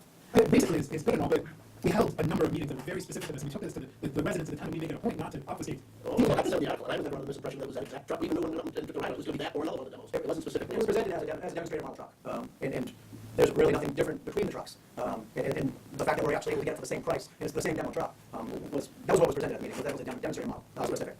I would say that you have done yourself a service by full disclosure to us as well as the town meeting. I trust that you've done diligence, and it is like the other one, and then we're not going to have miles on it, it's not going to be a demo model, but I think from a good faith standpoint, you were done yourself sort of like making us aware of it and making time. Well, I obviously prefer to have any information than sooner rather than later. As I mean, the presentation, it's clear to say that it was 2 or 3 models they have running around the country at any given time, but that part technically is true, this one wasn't around the country, but I feel comfortable that That's not at all what we were told. What we were told was that there are only a certain number of demos that are ever even available for us to purchase. So if you were under the impression that there are 2 or 3 running around at any given time, No, I wasn't impressed. I spoke to it that way, that they were, what we were getting, we saw the one last summer, keep it, there's no guarantees, that's the one we were going to get, could be one of the other ones that go around. Is it all? I don't know the sense of it. No, but no, so that truck that you physically saw, that's sold. That's sold right then. There's the other demo, and this one right here is actually the final demo being built for the year. You can actually go online to the website and see and look at its specs. But the characterization of it was that this is you only have a limited time to work here, which was exactly why we were doing this at a special town meeting as opposed to as part of our normal capital planning process. And the fact that this is now kicked down the road a certain number of months suggests to me that this very much could have been done as a part of our normal capital planning process. Listen, it's 10:15, and I can tell which way the wind blows here. The fact of the matter is the dollar value is the same. I'm not going to vote against it because that's the way the town meeting went, but I think this is completely upside down backwards. Right. And I agree. I actually rewatched the tape, Chief, and the presentation you gave at town meeting was the exact same presentation you gave to the board about the truck you were going to get. So to me, that is misleading to the public, especially anyone that had watched our meetings and saw the specs for the truck that you had presented. I get it. We'll get another truck. It's the same price. And why not? It's the principle of it. It's the fact that you knew on Friday. The truck with the same specs, correct?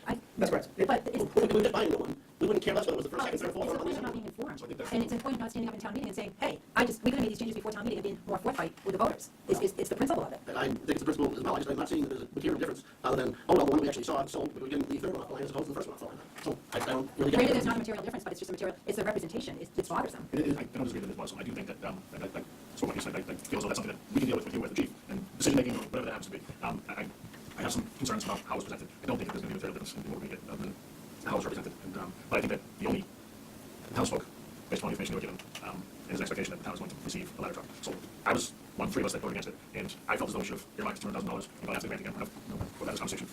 But we're just right down the road now. I think I don't know what recourse we have at this point relative to this truck. It's all about, I don't know. I just think it's a conversation that we should have. I think it is. I think it's a conversation we have with the chief based on his decision not to disclose or to. I think that's making far too much of it. Wouldn't have been an interesting thing to go into it, but we made it. Well, I just want to know how the town people feel. The justification was, it's not the same truck. The timeline is different. The whole reason that we went forward was because we have a finite window of time to get this truck. Right, one of the demos, if you saw one of the demos that came out that you can buy, oh, that's good. And it turns out to be significantly cheaper. And that's what we ended up That is getting. a complete mischaracterization of Well, what if you look back at Chief's letter from August 21st, it spells it right out. If this vehicle were to go forward at the spring annual town meeting of 2019, it would take roughly 18 months to build, during which time the dealer estimates the cost would increase to $1,350, $1,350,000. Some other dealers have also quoted us up to $2 million for a very similar vehicle, just through a different manufacturer. Okay, also true. So, but it was like there was a sense of urgency. Now It's it's a good like, deal. The urgency was we got a good deal. And guess what? We got a good deal. If I may, this all came about when we applied for a grant. When the housing grant came forward, which we received for the air packs. The fact that demos were available at a significant savings, that's when it was first realized. Granted, we weren't able to do this because the project needed to be completed by a certain time, and the ladder wouldn't have met those qualifications. It wasn't at what price. So it was at that point when, between Keith and Anthony, everyone realized that, hey, there's a significant savings of money by taking advantage of this, and then it was brought forward. So at that point, that was the timeline that was discussed and brought forward because of the savings, and realizing that if it did come forward and it was custom, that the price was going up between $200,000 and $300,000. So that's the only reason that really got to go to the fall town meeting was for the savings and the timeline. So it's coming in July, August, as opposed to May, June, and instead of an additional year after that. The funding mechanism as well. The $800,000 became available. Correct. Now, And $800,000 it was a capital, things. correct. personally, I appreciate that. I would have appreciated being notified in advance of town meeting that there had been a change. Fair enough. In the vehicle. I think that as a board, we were owed at least that, and I think transparency with the voters warranted that on town meeting floor that was disclosed. That's all. That's just the way I feel. Yeah, no, that's fair enough. I think if there was a change, I think it was, it should have been clearer from, at least, I understood it should have been clear to everybody that we weren't necessarily getting that vehicle in the first place. We were getting one of those vehicles that was a demo. But, if that was not made clear, and subsequently the chief got some finality on that, prior to town meeting, we should have known that, but it doesn't change a whole lot other than basic, idea that we want to have as much information as possible, as early as possible, as old as possible. Mr. Sanders? Mr. Chairman, thank you.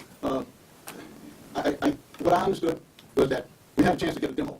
That's what I understood. If he had came to us and said, demo, give number so-and-so, so-and-so, so-and-so, that would have been different. But he didn't. He said a demo, and by him saying demo, there's only a certain number was being made. So if they sold this one, that one, so we didn't actually get there in time enough to get one that they had. So they have building another one that we're going to get. So I don't think that the chief misled.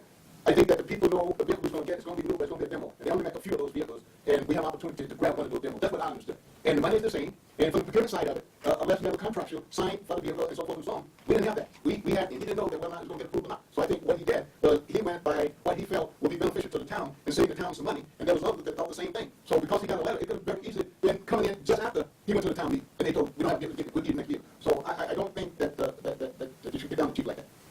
You want to get the point, go to Mike.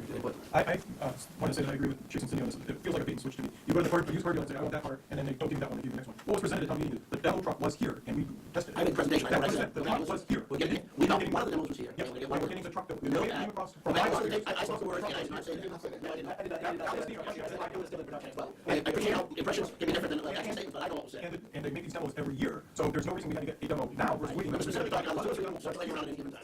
Okay, all right, now I'll bring it back to the board if we have an opportunity to act on this or not, it's at the board's discretion. And so, if you have one more comment on it, fine, we can do that as long as you want, otherwise. It's not my intention to vote against this. I'm not going to vote for it either, though. Okay. The only reason I'm not voting against it is recognizing the fact that the town expressed their will, and this is close enough, but I do not agree with how we got here. Okay, any other input, any motions? Just a question also, we have to motion at the $997,838. That's the full amount. So we have the $200,000 that we put aside last year, plus the $800,000 that we came up with 4 weeks ago. So that's, the number has always been $997. That is the number for the truck, there's equipment that goes with that, so the entire price that was brought forward to town meeting, correct, that is the complete number. So, Chase's, I'll just stand with yourself with it. That's fine, either way, a motion or not, they're going to move on. All right, I'll make a motion. Move that the Board of Selectmen vote pursuant to Article 8C of the October 29, 2018 special town meeting to approve an award of a contract in the amount of $997,838 to Rosenbauer of America from South Dakota for the purchase of a 2018 Rosenbauer Commander 6000 chassis with a 101 3-foot-3 section rear mount platform and a 2,000 DPM water pump with a 500-gallon water tank. Okay, motion has been made, seconded, any further discussion? Not, those in favor, say aye. Aye. Okay, opposed? And abstentions? I'm abstaining, too. Okay. I think I counted 3 yeses, 0 no's, 2 abstentions, is that correct? Don't get it wrong, don't thought I couldn't find this, you know. Okay, all right, then the motion carried. No, that's not cheesy, that whole, you know, stand for wooden, okay, minutes, I'm not at this meeting. Minutes off the short. I guess I'll make them right here. I said, the fastball, it's not, okay.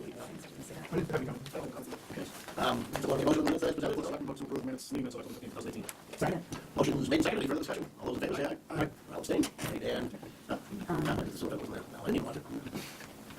any other agenda business? Yeah, I'll mention it, find a card date, I'll let a couple weeks, we can, let public know, we can go do it, have fun, have done it. Okay, motion made, seconded, then we can second, adjourn. Okay, all right, all those in favor, say aye. Aye. All opposed. Next meeting is on 19th, correct? On 19th. That's the Thanksgiving meeting. Yeah, right.